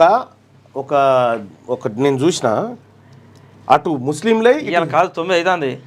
అరే అయితే అయింది. అయితే వచ్చినాం కదా, ఒక రెండు ముస్లిం సంస్థలు, క్రిస్టియన్ సంస్థలు, హిందూ సంస్థలు, ఈ 3 ఏది వాట్సాప్ ఛానల్ ఉన్నాయి చూస్తే 3 పచ్చబద్దాలంటే పచ్చబద్దాలు. దాన్ని చూసి ఓహో ఆహో అమ్ హిందూ అంటాడు, అమ్ క్రిస్టియన్ అంటాడు, ముస్లిమే అంటాడు. ఇక నా కాలం చూసినప్పుడల్లా వస్తుంది ఇంతనన్నా పని చేయదారా మెదడు అని, వాస్తవం ఏందో తెలుసుకోకుండా. అంతే. ఉగ్ర సంస్థలు సామాజిక మాధ్యమాల ద్వారా యువతలో విద్వేషాలు రెచ్చగొట్టి దేశంలో తమ కార్యకలాపాలను వినియోగించుకుంటున్నాయి. సున్నిత మనస్కులను తమ భావజాలానికి ఆకర్షితులయ్యేలా చేసి ఉగ్ర చర్యలకు పాల్పడేలా ప్రేరేపిస్తున్నాయి. ఇందుకోసం మ్యాజిక్ లాంతర్ అనే కొత్త పంథాను అనుసరిస్తున్నట్టు ఇటీవల పట్టుబడిన యువకుల విచారణలో దర్యాప్తు సంస్థలు గుర్తించాయి. ఓ వర్గానికి సంబంధించిన అంశాలపై పోస్టులు పెడుతూ వాటికి స్పందించే వారిని గుర్తించి దానికి లైక్ కొట్టుని గుర్తించి తమ వలలో వేసుకుంటున్నారని తేల్చాయి. ఈ మ్యాజిక్ లాంతర్ ప్రక్రియ ఎలా సాగుతుందంటే, మొదట ఇన్స్టాగ్రామ్, ఎక్స్, టెలిగ్రామ్, ఫేస్బుక్ ఇతర యాప్లలో ఎవడైతే దానికి లైక్ కొడతాడో వాని ట్రాక్ చేస్తాడు. ఒక్కసారి లైక్ కొట్టు కాదాడు, రెగ్యులర్ దాన్ని ఫాలో అవుతాడు, 3 నెలలు అబ్జర్వ్ పెడతారు అన్నట్టు. రెగ్యులర్ ఉన్నాడు అని అంటే నేను వాళ్ళ యాక్టివిటీ గమనిస్తేందుకు ఫాలో అవుతున్నాను. అవును, వాళ్ళ యాక్టివిటీ గమనిస్తేందుకు నేను కొన్ని ఫాలో అవుతున్నా. సో యువత కూడా చాలా జాగ్రత్తగా ఉండాలి. ఇటువంటి ఉగ్ర చర్యలకు, ఈ మతోన్మాద వ్యవహారాలకు ఉండాలి. సరే ఎవరు ప్రేమ వాళ్ళకు ఉండని, కానీ ఇటువంటి వ్యవహారాల వల్ల ఏమైందంటే డేంజర్. ఇది ఏం ప్రేమ? అది చాలా ఏం ప్రేమ? అది అదో ప్రేమనా? దేవుడి పైన ప్రేమ, భక్తి. ఇగో ఇటువంటి నేను ఎందుకు ఫాలో అవుతున్నావు అంటే, దీంట్లో ఏమేమి వస్తుంది, ఇందులోనేమో యూనిటీ అవేర్నెస్ అని ఉంది, ఇందులో వచ్చేటి అన్ని అబద్ధాలే, పచ్చి అబద్ధాలు. నేను వెంటనే ఫ్యాక్ట్ చెక్కి వెళ్తా, ఇందులో పోస్ట్ రాగానే. అట్లాంటిది ఏం లేదే అంటారు. ఓసారి ఏమైంది, రాహుల్ గాంధీ గారు ఓ రేపిస్ట్ కుటుంబానికి 2 లక్షల రూపాయలు ఇచ్చిండు ఈ రేపిస్టుకు అని చెప్పి పెట్టిరు. చూస్తే లేదు, ఇక పెట్టిందేమో ఇది. ఇంత దుర్మార్గులు ఉంటారు చూడు. ఇక ఇజ్రాయెల్ గాజా మొత్తాన్ని స్వాధీనం చేసుకుంటామని నేతన్యాహు చెప్తున్నటువంటి మాట. గాజా అనే ముక్కను ఎత్తుకపోతా ఉందట. సరే కొద్దిగా ఆలస్యం అవుతా ఉంది. పాకిస్తాన్లో ఎక్కడైనా దాడి చేయగలం, దాక్కోవాలని అనుకుంటే కలుగు వెతుక్కోవాల్సిందేనన్న సుమేర్ ఇవాన్. ఈ దేశం మొత్తాన్ని కవర్ చేయగల ఆయుధాలు మన దగ్గర ఉన్నాయి. ఆ దేశం మొత్తాన్ని కవర్ చేయగల ఆయుధాలు మన దగ్గర ఉన్నాయంటూ ఎయిర్ డిఫెన్స్ డీజీ చెప్తున్నటువంటి మాట. రైట్గా కేసీఆర్కు నోటీసులు. మాజీ మంత్రులు హరీష్ రావు, ఈటలకు కూడా వ్యక్తిగతంగా హాజరు కావాలన్న కాళేశ్వరం కమిషన్. జూన్ 5న కేసీఆర్, 6న ఈటల, 9న హరీష్ విచారణ. వారిని విచారించాకే సర్కార్కు పూర్తి రిపోర్ట్ అందజేయాలని కమిషన్ నిర్ణయం. గతంలో విద్యుత్ కమిషన్ వీళ్ళకు గంధం దిద్దుతుంది, గంధం దిద్ది పోవాలి అంతే. ఏది వారిని విచారించాకే సర్కార్కు పూర్తి రిపోర్ట్ అందజేయాలని, అంటే రిపోర్ట్ తయారైంది అంతే కదా, రిపోర్ట్ తయారైంది. ఏదో అట్లా వాళ్ళని కూడా విచారించిన చేయాలని కేసీఆర్ కూడా వాయినాలు ఇవ్వాలి కాబట్టి ఆ వాయినాలు ఇచ్చేసేటువంటి కార్యక్రమం. గతంలో విద్యుత్ కమిషన్ విచారణకు హాజరు కానీ కేసీఆర్ అప్పుడే నీ కమిషన్ల పొబ్బే అన్నాడు. అంతే కదా. దీనికి ఆధారైతాడని నేనైతే అనుకుంటలేను. కేసీఆర్ ఫ్యామిలీ ఒక రకంగా రేవంత్ రెడ్డి సర్కార్కు అన్ని ఏ బై జర ప్లీజ్ మమ్మల్ని అరెస్ట్ చేయాలని బదలాడతారు వాళ్ళు. వీళ్ళు టచ్ చేయడానికి ధైర్యం సరిపోతలేదు. ఈసారైనా వస్తారా రారా అని అనుమానాలు. నోటీసుల నేపథ్యంలో కేసీఆర్తో హరీష్ భేటీ సుదీర్ఘంగా చర్చలు జరిపినట. ఇక కేసీఆర్తో హరీష్ భేటీ అయినటువంటి మాట ఇందులో వెలుగులో కూడా ఇదే ప్రధానమైనటువంటి వార్త. ఇక ఈటల్ రాజేందర్ గారు నుంచి వెంటనే స్టేట్మెంట్ ఒకటి వాళ్ళ వర్గం నుంచి అదే ఆ పార్టీ నుంచి ఈటల్ రాజేందర్ గారు విచారణకు వెళ్తారు. ఎగ్జాక్ట్లీ. సో ఇక్కడ ఈటల్ రాజేందర్ గారికి వచ్చినటువంటి పరిశాన్ ఏంటంటే ఇప్పుడు భారతీయ జనతా పార్టీ రాష్ట్ర అధ్యక్షుడి ఎంపిక విషయంలో ఈటల్ రాజేందర్ గారు చాలా కాలం నుంచి ఆశలు పెట్టుకొని ఉన్నాడు. ఇంకా కొంతమంది కూడా ఆశలు పెట్టుకొని ఉన్నారు. ఈ సమయంలో ఒక అవినీతిపరమైనటువంటి కమిషన్ ఎదుట ఒక నాయకుడు హాజరైనప్పుడు సహజంగానే కొద్దిగా కలుక్కుమంటది భారతీయ జనతా పార్టీ మనసు. అది కొంత అడ్డంకిగా మారే అవకాశం కనిపిస్తుంది. ఆయన ఎప్పుడు అసలు యాక్చువల్గా ఈటల రాజేందర్ యాక్చువల్గా ఎన్ని సంవత్సరాల క్రితం నుంచి వెళ్ళి ఊరిస్తా ఉన్నారు కదా. ఆల్రెడీ క్లియర్ అయింది, రేపు మా ప్రకటన అయిపోయింది, ఉగాదికి వస్తుంది అని చెప్పి ఇవాళ వస్తున్నది, రేపు వస్తున్నది, ఏడాది నుంచి ఊరిస్తా ఉన్నారు కదా. సేమ్ అదే స్థాయిలో ఈటల రాజేందర్ కాకుండా అడ్డుకునేటువంటి బ్యాచ్ ఉంటుంది కదా, కరడు కట్టినటువంటి ఆ పార్టీ, దాన్ని ఏమంటారు, కోర్ గ్రూపో, కోర్ లాయల్ గ్రూపో, పార్టీ లాయల్ గ్రూప్ ఉంటారు కదా, వాళ్ళు అదే స్థాయిలో ప్రతి సందర్భం వచ్చిన ప్రతిసారి ఈటల రాజేందర్ అంటే ఎట్లా డ్యామేజ్ చేయాలా పార్టీ దగ్గర పబ్లిక్ లో వాళ్ళు విషయ ప్రయత్నాలు చేస్తూ ఉన్నారు. So Etela anti versus Etela pro మధ్యలో అదో రకమైనటువంటి ఇంటర్నల్ యుద్ధం జరుగుతుంది. తక్కువ వాడతారు అనుకున్నావా వాళ్ళు? అయిపోయింది, అయితా ఉన్నది అది. గ్రూప్ 3-4 కు ఒకే ఎగ్జామ్, సిలబస్ క్వాలిఫికేషన్ సేమ్ కావడంతో సర్కార్ సూత్రప్రాయ నిర్ణయం. త్వరలో వివిధ శాఖల్లో 27,000 ఉద్యోగాల భర్తీ కసరత్తు. ఇందులో పోలీస్ శాఖలో 14,000, ఇంజనీరింగ్ పోస్టులు 2,000, గ్రూప్ 3-4లో 1000 దాకా పోస్టులు. మరిన్ని పెరిగే ఛాన్స్. డైరెక్ట్ రిక్రూట్మెంట్ కింద 7,000 జీపీఓ పోస్టులు. జాబ్ క్యాలెండర్ రీషెడ్యూల్ చేసి నోటిఫికేషన్లు ఇవ్వనున్న ప్రభుత్వం అంటూ ఒక వార్త. ఈ రాష్ట్ర ప్రభుత్వానికి మళ్ళొక్కసారి రిక్వెస్ట్ కూడా చేస్తా ఉన్నా, 42% రిజర్వేషన్ బీసీల వాటా దక్కే వరకు ఇవి ఆపైనా సరే మా బీసీలు అన్యాయం కాకుండా చూడండి. లేదు మేము ఇట్లనే పోతామంటే దాని పరిణామం మీ కర్మ. అంతే. పెద్దలకు దోచిపెట్టడమే బీజేపీ మోడల్ రాహుల్ గాంధీ అంటా ఉన్నాడు. పెద్దలకు దోచిపెట్టడం బీజేపీ విధానం అయితే పేదలకు పంచిపెట్టడం కాంగ్రెస్ విధానమని లోక్సభ ప్రతిపక్ష నేత రాహుల్ అన్నారు. కర్ణాటకలో కాంగ్రెస్ సర్కార్ కొలువుదీరి 2 ఏళ్లైన సందర్భంగా కాంగ్రెస్ సర్కార్ కర్ణాటకలో 2 ఏళ్ళు అవుతా ఉన్నదా కొలువుదీరి? ముందే వచ్చింది. మనకంటే 6 నెలల ముందు ఆ రిజల్ట్ తోటే కదా 1.11 లక్షల మంది పేదలకు ఇండ్ల పట్టాలు పంపిణీ చేసిరట. 7 నెలల్లో 25 పెళ్లిలు. రోజుకో కథ చెప్తూ పూటకో వేషం మారుస్తూ నమ్మించి పెళ్లి చేసుకొని ఆపై డబ్బు నగలతో పరారవుతోంది ఓ నిత్య పెళ్లి కూతురు. యూపీకి చెందిన 32 ఏళ్ల అనురాధ పాశ్వాన్ కేవలం 7 నెలల్లో 25 పెళ్లిలు చేసుకొని యువకులను బూరిడి కొట్టించిందట. మంచిగా ఉన్నది కథ, మంచిగా ఉన్నది. ఈ ఉగ్రవాదం కంటే పెద్దది ఇది అన్న, జాగ్రత్తనే. ఉగ్రవాదం కంటే చాలా ప్రమాదకరమైనటువంటి మహిళ. ఇటువంటి వాళ్ళ బారి నుండి అన్నలాంటి వాళ్ళని కాపాడుకోవాల్సిన అవసరం మీలాంటి వాళ్ళ పైన ఉన్నది.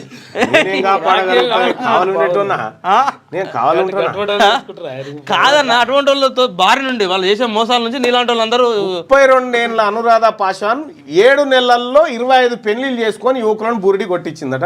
దీనికి ఒక స్పెషల్ స్టోరీ చేయండి. మళ్ళీ ఆమెను ఎట్లా పట్టుకురు అనుకున్నావు? కానిస్టేబుల్నే వరుడిగా చిత్రీకరించి అమ్మాయిని పట్టుకొని వేసిరు. ఆమె పెళ్లి కాగానే ఏం చేస్తామంటే ఎట్లా అంటే పెళ్లి కాగానే అమాయకురాలుగా ఇంట్లో నటించి మా అన్నకు ఉద్యోగం లేదు నేను ఉంటారు దాన్ని అని ఆ అన్న ఉంటాడు, ఈమె ఇద్దరు కలిసి పెళ్లి చేసుకోగానే ఏది ఒక ముఠా ఉంటుంది. మళ్ళీ ఈమె పెళ్లి చూపుల ప్రతిసారి ఈమె పెళ్లి చూపులు చూసే ముఠా చూసి వీళ్ళు 2 లక్షల రూపాయలు తీసుకుంటారు. ఈ అమ్మాయి నుంచి పెళ్లి చేస్తారు. అమ్మాయి పెళ్లి అవుతుంది, రిజిస్టర్ అవుతుంది, అన్న అవుతుంది. పోయి అత్తగారింట్లోకి పోయి ఉండగానే ఈ ఆయాలను తెల్లారు మరుసటి నాడు మెల్లగా అమాయకురాలుగా నటించి అందరికి భోజనం పెట్టినట్టు పెట్టి అందులో మత్తు పదార్థం కలిపి అందరు పండుకోగానే బీరువా సాఫ్ చేసి వెళ్ళిపోతారు. సూపర్. అట్లా చెన్నై మామూలుగా ఇల్లు ఉడవాలనుకుంటది, ఈమె ఇల్లునే ఊడిచేసి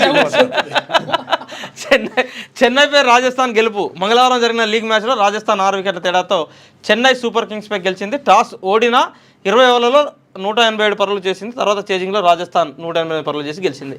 గట్టిగా ఆగి ఉన్న లారీని ఢీకొట్టిన బస్సు 4 మృతి. పెళ్లి విందుకు వెళ్ళొస్తుండగా అర్ధరాత్రి ఘోర ప్రమాదం, 32 మంది గాయాలు, 10 మందికి సీరియస్. నూతన వధూవరులకు స్వల్ప గాయాలు. మృతుల్లో పెళ్లి కొడుకు అమ్మమ్మ, బావ, మేనబావ, చిన్నమ్మ. చీకట్లో లారీ కనిపించకపోవడం, ఓవర్ స్పీడ్ వల్ల యాక్సిడెంట్. వికారాబాద్లోని రంగాపూర్ గేట్ సమీపంలో ఘటన జరిగిందట. పెళ్లికి పెళ్లి విందుకు పోయి తిరిగి వస్తుండగా అర్ధరాత్రి ఘోర ప్రమాదం జరిగింది. 4 చనిపోయారట. ఆ కార్యక్రమంలో ఇది దుర్మార్గం. సో పక్కా ప్లాన్ ప్రకారమే పులిని చంపి చర్మం, గోళ్ళు, దంతాలు తీసి పాతి పెట్టిండ్రు. Kawal field director Shantaram, DFO Neeraj Kumar వెల్లడి. దహేగాం మండలం చిన్న రాస్పల్లి వద్ద చర్మం, గోళ్ళను రికవర్ చేసినాం. 4 అదుపులోకి తీసుకున్నాం. నిందితులు 10 నుంచి 15 మంది ఉండొచ్చు అని వెల్లడి. రైట్. ఇక ఈ పులి చర్మం ఉందా, ఈయన పేరు ఏంది, గిడ ఉండేగా చిలకల గుడ్లా అని పేరు ఏంది, జ్యోతిష్యుడు, వాడు మా మీద కేసు పెట్టినాడు ఉండేగా, వాడు శర్మ, వాని లక్ష్మీకాంత శర్మ. వాని దగ్గర ఉంది ఈ పులి చర్మం ఉంది ఒకటి. ఎడకెళ్ళి తెచ్చినో తెలియదు.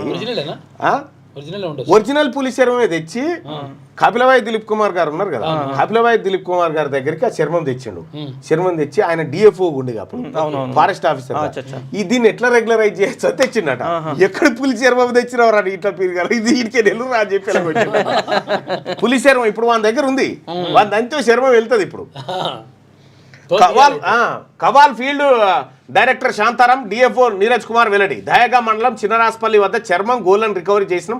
అసలు ఏం చేస్తారు దీంతో నాకు అర్థం కాదు. అయితే ఇదే స్వాములు ఉంటారు కదా, ఇప్పుడు వాళ్ళు వేసుకుని వాడు కింద వేసుకుంటానికే. ఇప్పుడు శివుడు పులి చర్మం కట్టుకొని పులి చర్మం మీదనే శివుని ఎప్పుడైనా చూడండి, శివుని యొక్క బొమ్మలు చూసినప్పుడు పులి చర్మం మన మీద కనబడతా ఉంటది. సో వాళ్ళు ఏంటంటే వీళ్ళు కరెక్ట్. ఇది నేను ఎక్కడో చూసినావు శివుని బొమ్మ చూడండి ఒకసారి.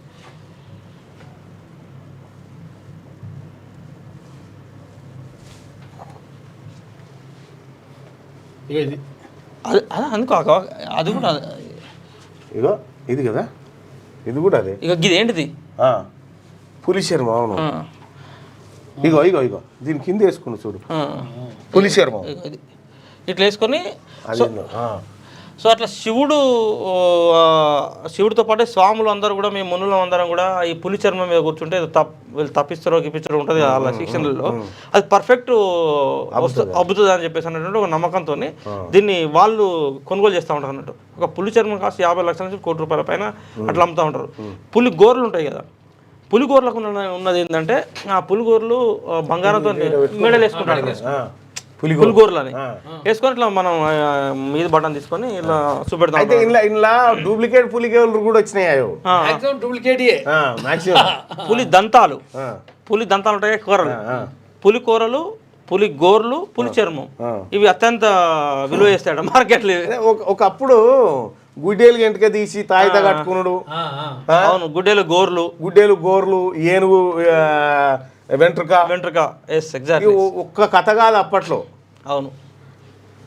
వక్ఫ్ సవరణ చట్టానికి రాజ్యాంగబద్ధత ఉన్నట్టే, స్పష్టమైన గట్టి కారణాలుంటే తప్ప స్టే ఇవ్వలేం సిజేఐ.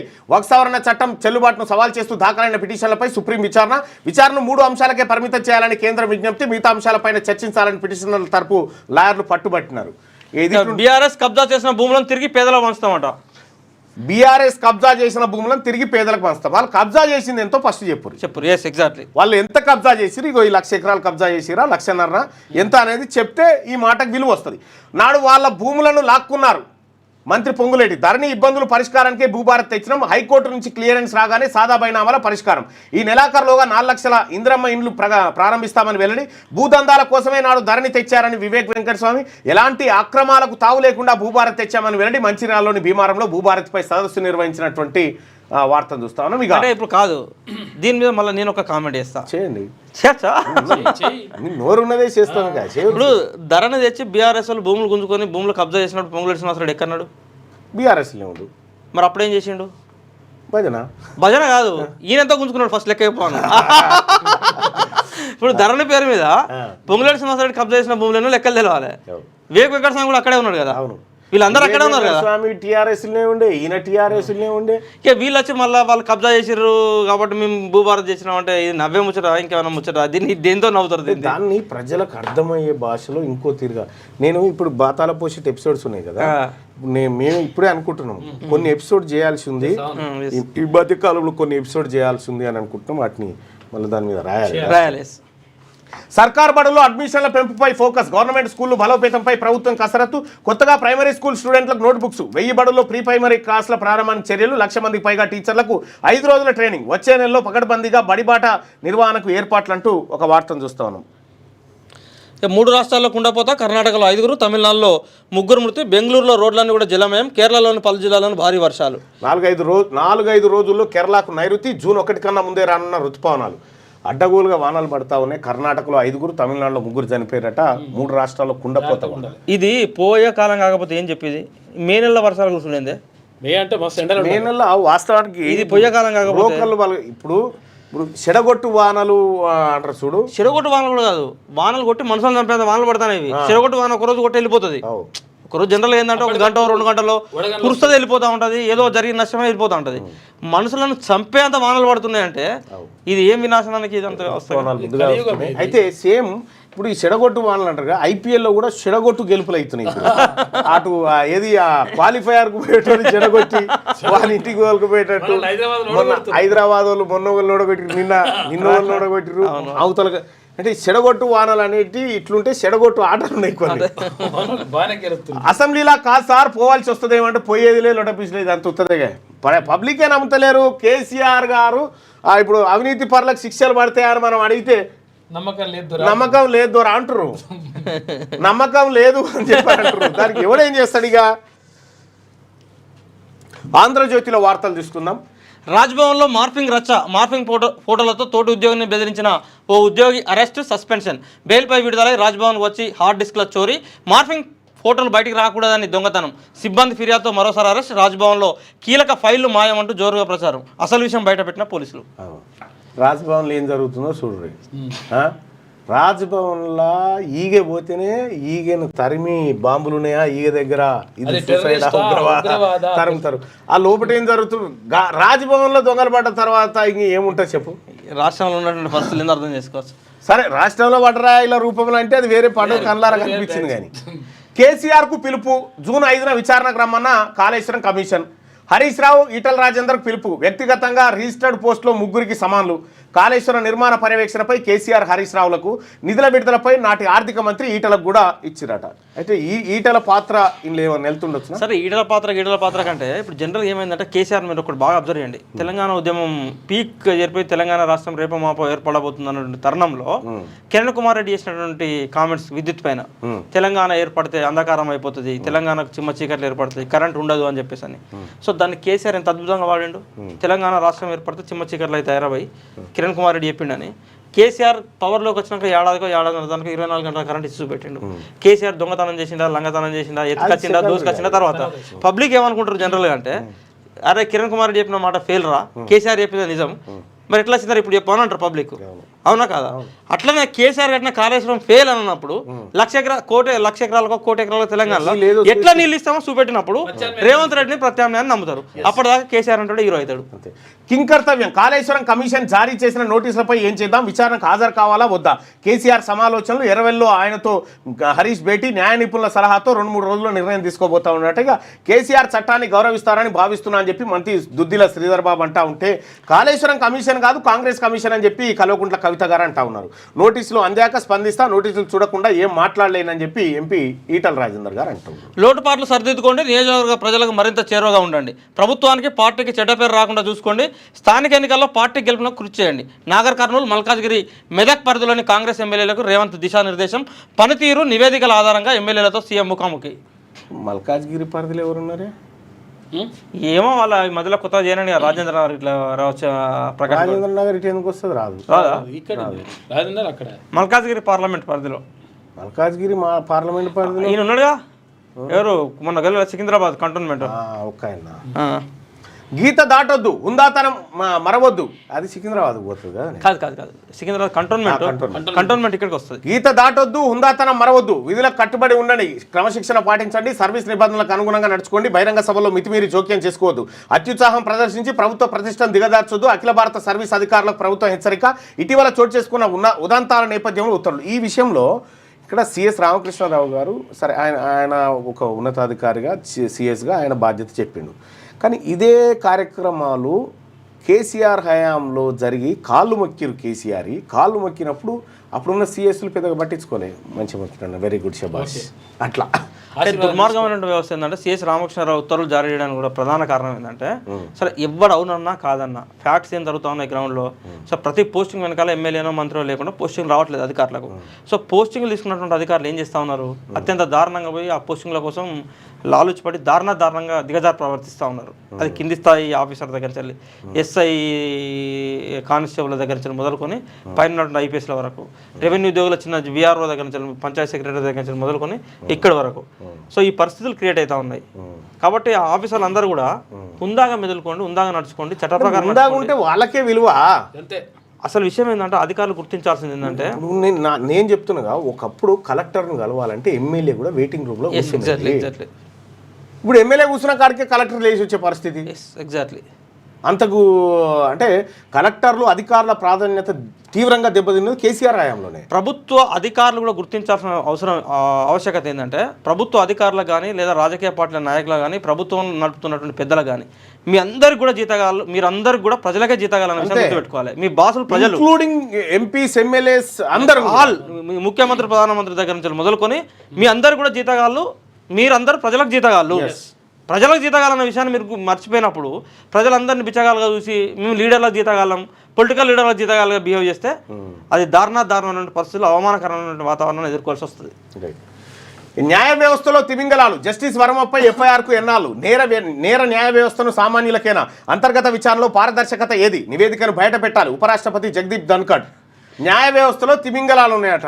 ఏంటియో ఆ తిమింగలాల పేర్లు చెప్తే అయిపోయాయి. ఉపరాష్ట్రపతి జగదీప్ ధన్ఖడ్ మరోసారి న్యాయ వ్యవస్థ మీద విరుచుకుపడ్డారు. అధికార నివాసంలో పెద్ద ఎత్తున నోట్ల కట్టలు దాచారని ఆరోపణలు ఎదుర్కొంటున్న హైకోర్టు న్యాయమూర్తి జస్టిస్ యశ్వంత్ వర్మ మీద ఎందుకు ఇంతవరకు పోలీస్ ఎఫ్ఐఆర్ నమోదు చేయలేదని ప్రశ్నించారు. ముగ్గురు న్యాయమూర్తులతో జరిపించిన విచారణకు ఎలాంటి చట్టబద్ధత లేదని వ్యాఖ్యానించారు. న్యాయమూర్తులతో జరిపించిన విచారణకు చట్టబద్ధత లేదు. దీనికి సుప్రీంకోర్టు జవాబు చెప్పాలి. ఇప్పటికీ వక్ఫ్ చట్టం రాజ్యాంగబద్ధమే అని చెప్పి సుప్రీంకోర్టు చెప్పినటువంటి మాట. నిన్న ఆంధ్రజ్యోతిలో కూడా ఒక ఆర్టికల్ రాసిండు ఒక అడ్వకేట్, అద్భుతంగా రాసిండు. అంటే న్యాయ వ్యవస్థలో జరుగుతున్న లోటుపాట్ల పైన. సో న్యాయ వ్యవస్థకు సంబంధించి ఇంతకుముందుకు ఎవరైనా మాట్లాడాలి జడ్జిల వ్యవహార శైలి పైన అంటే భయపడేది. సరే ఇప్పుడు సామాన్య ప్రజల మీద అంటేనో న్యాయ వ్యవస్థ అంతా కూడా చర్యలు తీసుకునే అవకాశం ఉంటుంది కదా. సో భారత ఉపరాష్ట్రపతి ఈ దేశానికి ద్వితీయ పౌరుడు, రాష్ట్రపతి ప్రథమ పౌరుడు అయితే ద్వితీయ పౌరుడు కదా. సో ఉపరాష్ట్రపతి ఈ రోజు న్యాయ వ్యవస్థలో జరుగుతున్న లోపాలపైన ఎత్తి చూపిండు. దమ్ముంటే చర్యలు న్యాయ వ్యవస్థ. విషయం ఏంటంటే న్యాయ వ్యవస్థ తయారైంది వాస్తవం, అట్లా ఈయన అనుడు కరెక్టు. మోరోవర్ ఏంటంటే నిన్న మొన్న సుప్రీంకోర్టు ఒక జడ్జిమెంట్ వ్యాఖ్యానించి ఏమన్నదంటే, సుప్రీంకోర్టులలో విచారణలో ఉన్న అంశాల గురించి కూడా ప్రజలు చర్చించుకోండి ఫ్రీగా అని చెప్పేసి. ఎగ్జాక్ట్లీ. అంటే పెళ్లింట విషాదం. రోడ్డు పక్కన నిలిపి ఉన్న లారీని ఢీకొట్టిన పెళ్లి బస్సు. వికారాబాద్ జిల్లా పరిగి మండలం రంగాపూర్ వద్ద ప్రమాదం. బస్సులోని వారిలో 4 మృతి, 14 మంది గాయాలంటూ ఇప్పటిదాకా మనం చూసుకున్నటువంటి వార్తను ఇందులో కూడా కవర్ చేసింది ఆంధ్రజ్యోతి. 4-5 రోజుల్లోనే కేరళకు నైరుతి రుతుపవనాలు వస్తా ఉన్నాయట. రాష్ట్రంలో ఇవాళ రేపు అక్కడక్కడ వర్షాలు పడే ఛాన్స్. మంగళవారం అశ్వాపురంలో అత్యధికంగా 5.9 సెంటీమీటర్ల వర్షం పడ్డది. పెంచిన టికెట్ ధర 10% తగ్గింపు. హైదరాబాద్ మెట్రో నిర్ణయం ఈ నెల 24 నుంచి ఛార్జీలు అమల్లోకి. పాక్ ఆర్మీ చీఫ్ మునీర్కు ఫీల్డ్ మార్షల్ ర్యాంక్ అట. భారత్తో పోరు నేపథ్యంలో పదోన్నతి. పాక్ దాడులు, స్వర్ణ దేవాలయంలో ఏడీ గన్స్ మోహరించాం, ప్రధాన పూజారి అందుకు మాకు అనుమతి ఇచ్చారు, శత్రు డ్రోన్ల గుర్తింపునకు దీపాలు ఆర్పేశారు. Army air defence DG Sumer Ivan ఆయన వ్యాఖ్యలను ఖండిస్తూ ఆర్మీ ప్రకటన చేసిందట. ఏఆర్ శ్రీనివాసన్, నార్లికర్ కన్నుమూత అంటూ శాస్త్రవేత్తలు ఇక మాతృభాషతో మరింత అందంగా మిస్ చైనా, మిస్ అర్జెంటైనా సొంత భాషలో ప్రసంగించిన మిస్ వరల్డ్ సుందరిమణులు ప్రత్యేక అనువాదకులతో టీహబ్లో కార్యక్రమం. నమస్తే ఇండియా అంటూ తొలి పలుకు. కిమ్స్ ఆసుపత్రి సందర్శన. నేడు శిల్పారామంలో సందడి. ఎలిమినేషన్ ప్రక్రియ ప్రారంభం. 6 విభాగాల్లో పోటీలు. ప్రతిభ ఆధారంగా 1 నుంచి 107 వరకు ర్యాంకులు. ఈ ఎమ్మెల్యే అవుడు కంటే కష్టం ఉంది. ఇది ఎమ్మెల్యే ఎంపీ అవుడు కంటే కష్టం. ఏం పోటీలు, ఎన్నిట్లలో నెక్కు రావాలనుకుంటున్నావు? అయితే ఇదంతా ఓకే. నేను సిపిఐలు వీళ్ళ మీద కామెంట్ చేసి చూసినాను. కునంనే సాంబశివరావు, నారాయణ. మరి ఆ కామెంట్ల మీద మంత్రులు ఏం ప్రెస్ మీట్ పెడతారో చూడాలి. పెట్టరా? ఎందుకు? ప్రభుత్వంలో అంతర్భాగంగా ఉన్నటువంటి. అరే వాళ్ళు ఏం కామెంట్ చేశారు అనుకుంటాను? అందాల బొమ్మలు చూసి మంత్రులు సొల్లు గారుస్తున్నారు అన్నాడు. మంత్రులు సొల్లు గారుస్తున్నారని కామెంట్ చేసిర్రు. మంత్రులు ఇప్పుడు దాన్ని ఉందా పంపి ఏ మంత్రి ఏం కథ అని చెప్పాలి కదా. ఇప్పుడు నారాయణ, ఇప్పుడు మంత్రులందరూ నారాయణ గారికి దమ్ముంటే ఆ పేరు బయట, నారాయణ గారికి, సాంబశివరావు గారికి దమ్ముంటే ఆ మంత్రులు ఎవరు? అందాల బొమ్మలు చూసి మంత్రులు సొల్లు. మంత్రుల వరకు గారి ఎన్ని డ్రమ్ములు నిండా గారింది. ఒకసారి వాళ్ళ కామెంట్స్ చూసే ప్రయత్నం చేద్దాం. నేను ఖండించాలి కదా మంత్రులు. మరి వాళ్ళు డిమాండ్ చేయాలి ఆ మంత్రుల పేరు చెప్పురు అని. అంతే. మంత్రుల పేర్లు చెప్పమని మంత్రులే డిమాండ్ చేయాలి. మంత్రులన్నా డిమాండ్ చేయాలి.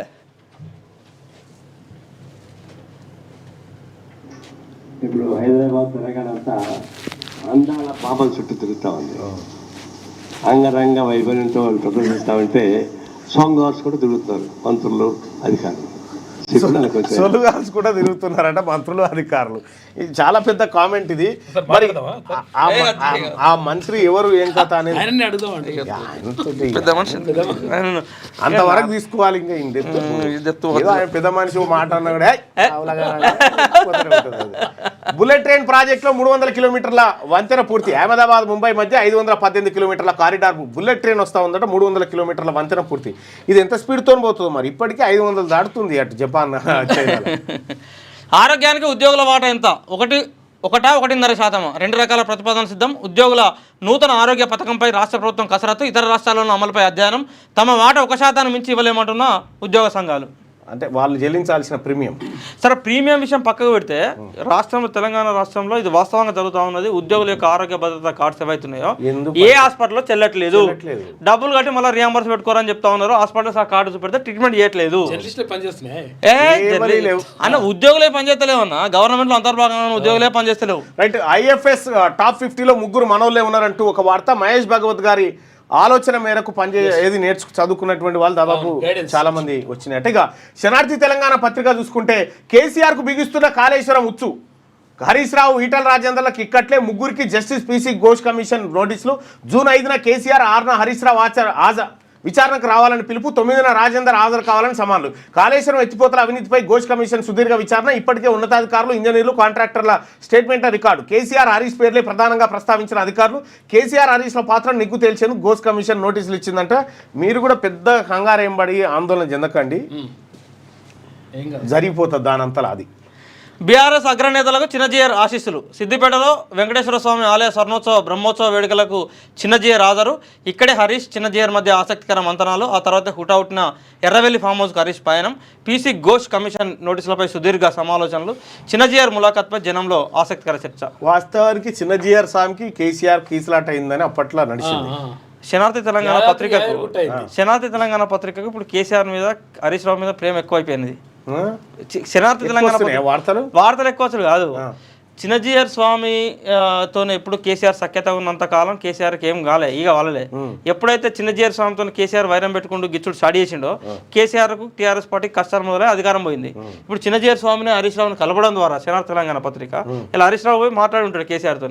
స్వామివారి ఆశీస్సులు మళ్ళీ మనకు అవసరం మావయ్య, స్వామి ఆశీర్వదించి మళ్ళీ మనం ఇప్పుడు 3 రోజులు యాగం నిర్వహిస్తే మళ్ళీ మనం అంతా కూడా సెటిల్ అయిపోతాయి, కష్టాలు ఇస్తాలని కూడా. కాబట్టి ఇవన్నీ కూడా దాని మీద చర్చ చేసి ఉంటాడు.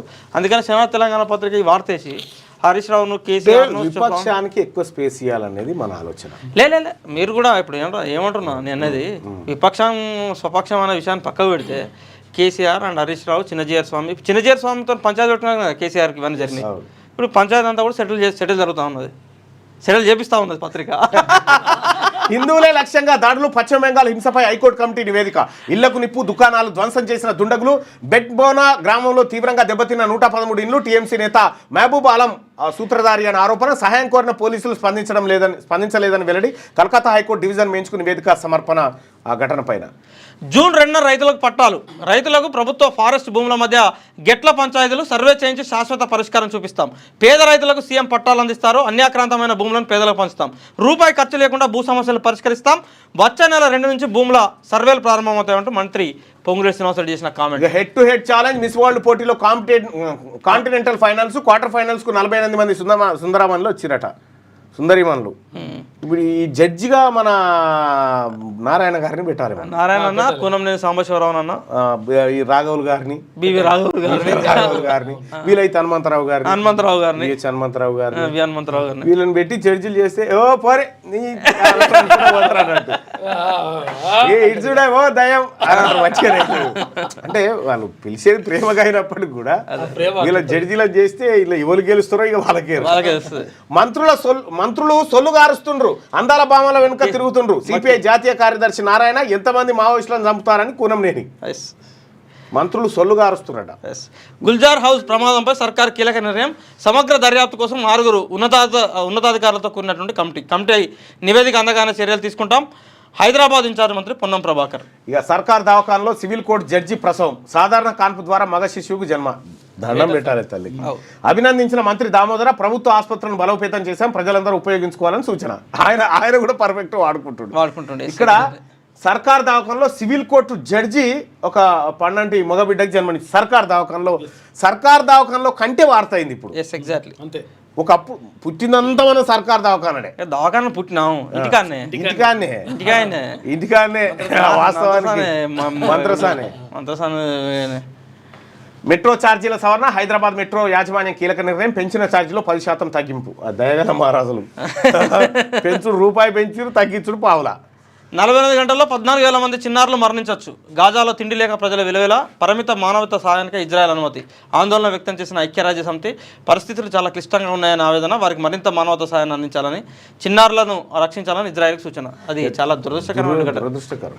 దివ్యాంగులకు శుభవార్త, వివాహానికి 1,00,000 ఆర్థిక సాయం, మంత్రి సీతక్క చొరవతో దివ్యాంగులకు ప్రోత్సాహం, జీవో జారీ చేసిన రాష్ట్ర ప్రభుత్వం. గతంలో కూడా కులాంతర వివాహాలు చేసుకుంటే 2,00,000 రూపాయలు ఇస్తామని చెప్పి ఆ పైసలు ఇటుపోయినాయి, అది ఇటైంది ఒక స్కీమ్. ఆదర్శ కార్యక్రమాలు జరిగేవాటిని కూడా కొంత కేసీఆర్ దగ్గర ఉన్నప్పుడు ఆగమైపోయినాయి. ఇప్పుడు జనరల్గా అంతకుముందు కూడా ఇప్పుడు గ్రామ పంచాయతీలకు సంబంధించి యూనియన్ అయితే ప్రోత్సాహం కింద కొంత నిధులు ఇచ్చేది. ఇప్పుడు ప్రోత్సాహక నిధులు కూడా కట్ చేసి పరిస్థితులు. ఈ హైదరాబాద్ లో మరే అగ్ని ప్రమాదం, బోయగూడలో ఓ భవనం 2 అంతస్తులో ప్రమాదవశాత్తు మంటలు, భయంతో పరుగులు తీసిన జనం, మంటలను అదుపు చేసిన ఫైర్ సిబ్బంది అంటూ ఒక వార్త. హైదరాబాదు కుతకుతుడుకుతా ఉంటే బెంగళూరు నీళ్ళలో నానుతా ఉంది. ఇవన్నీ సేమ్ సాక్షులు కూడా అవి ఉన్నాయి, ఒకటి సన్నాలకు ఒకటి బోనస్ తప్ప. ఇవన్నీ వైభవ్ వీర విహారం అని చెప్పి ఉగ్రవాదంపై ఉక్కు పాదాలై నేడు యాంటీ టెర్రరిజం డే సందర్భంగా మహిళా సైనికులపై కథనం. ఇక ఇవన్నీ ఇగో ఐఎస్ఐ ఏజెంట్ జ్యోతి, భారత నిఘా ఏజెంట్లను గుర్తించేందుకు యూట్యూబర్ జ్యోతిని ఐఎస్ఐ వాడుకున్నట్టుగా దర్యాప్తు సంస్థలు. మాకు తెలియకుంటేనే క్యూ న్యూస్కు తెలియకుంటేనే ఆమెను ఇంటర్వ్యూ చేసింది క్యూ న్యూస్. ఆ వీడియో మీకు డిస్క్రిప్షన్లో ఉంటుంది. ఇవాళ దాని మీద ఒక స్పెషల్ స్టోరీ కూడా ఉంటుంది. ఇక కేసీఆర్కు నోటీసుల కథ చూసినాం. సన్నాలకు బోనస్ ఎప్పుడు? ఇప్పటి వరకు 18.47 LMTల ధాన్యం కొనుగోలు, లక్షల మెట్రిక్ టన్నుల ధాన్యం కొనుగోలు. అత్యధికంగా నిజామాబాద్ జిల్లాలో 7 లక్షల మెట్రిక్ టన్నుల సేకరణ. బోనస్ కింద చెల్లించాల్సిన మొత్తం 923.40 కోట్ల రూపాయి విడుదల చేయని రాష్ట్ర ప్రభుత్వం 2,87,262 మంది రైతుల ఎదురుచూపులు. రూపాయి విడుదల చేయకుండానే రాష్ట్ర ప్రభుత్వం సన్నాలకు బోనస్లు ఇస్తున్నామని ఎట్లా ప్రకటన చేశారు? మరి చేస్తారు అట్లా, ఇస్తాం మెల్లగా. అచ్చా, గుండె వలగొద్దు మీరు. దొడ్డుగా సాగు ఈ యాసంగిలో మొత్తం వరి సాగులో 60% దొడ్డు రకాలే పండించారట. ఇక ఇది ఇట్లుంటే బీటెక్లో ప్రమోషన్కి 20 క్రెడిట్స్, ఇద్దరు దివ్యాంగులైనా వివాహ కానుకిస్తారట. ఐఏఎస్లు జాగ్రత్త అని చెప్పి సిఐఎస్ హెచ్చరించిన వార్తను చూడొచ్చు. ఎవరి పనితీరు ఏమిటో నివేదికల్లో ఉంది, వాటి ఆధారంగా పార్టీ ముందుకెళ్తుంది. సీఎం రేవంత్ రెడ్డి బోధన తీరు మార్చుకోండి, మూస విధానానికి స్వస్తి చెప్పండి అని చెప్పి యోగితారాణా చెప్తుంది సర్కార్ బడులకు సంబంధించి. ఇక గ్రీన్, ఆరెంజ్, రెడ్ జోన్లుగా భూగర్భ జలాలంటూ ఏ గ్రామాలు ఏ జోన్లో ఉన్నాయో పంచాయతీ గోడల మీద రాయాలని చెప్పి, ఏ గ్రామంలో ఎన్ని కులాలకు సంబంధించిన లెక్క రాయమంటే ఇది రాస్తా అంటారు. అక్క సీతక్క కూడా రోజు రోజుకు తన క్రెడిబిలిటీ కోల్పోతా ఉన్నది. దారుణమైన పరిస్థితి తెలంగాణ సమాజం. నేను చెప్తున్న ఒక బాధాకరం ఏంటంటే ఆమె ఇంకా సూపర్గా పోతుందేమో అనుకున్నా, కానీ అనివార్యంగా ప్రభుత్వంలోకి వచ్చినాక క్రెడిబిలిటీ పోవుడు తప్ప పెరుగుడు ఉండదు. ఇప్పుడు సీతక్క యొక్క అసస్వరూపం ఇప్పుడు తెలుస్తా ఉన్నదనే చర్చ జరుగుతూ ఉన్నది గ్రౌండ్లో. ఇక ఇంజనీరింగ్లో 2 కొత్త కోర్సులు డిజైన్ చేసిన IIT Madras. Computational and mechanics, instrumentation and biomedical, JoSAA counselling అందుబాటులో కోర్సులు ఉన్నాయట.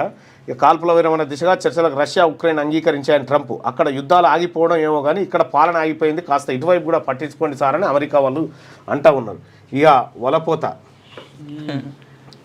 తెలంగాణను ఎండబెట్టి గోదావరిని కొల్లగొట్టి నదుల అనుసంధానం పేరిట సరికొత్త నాటకం.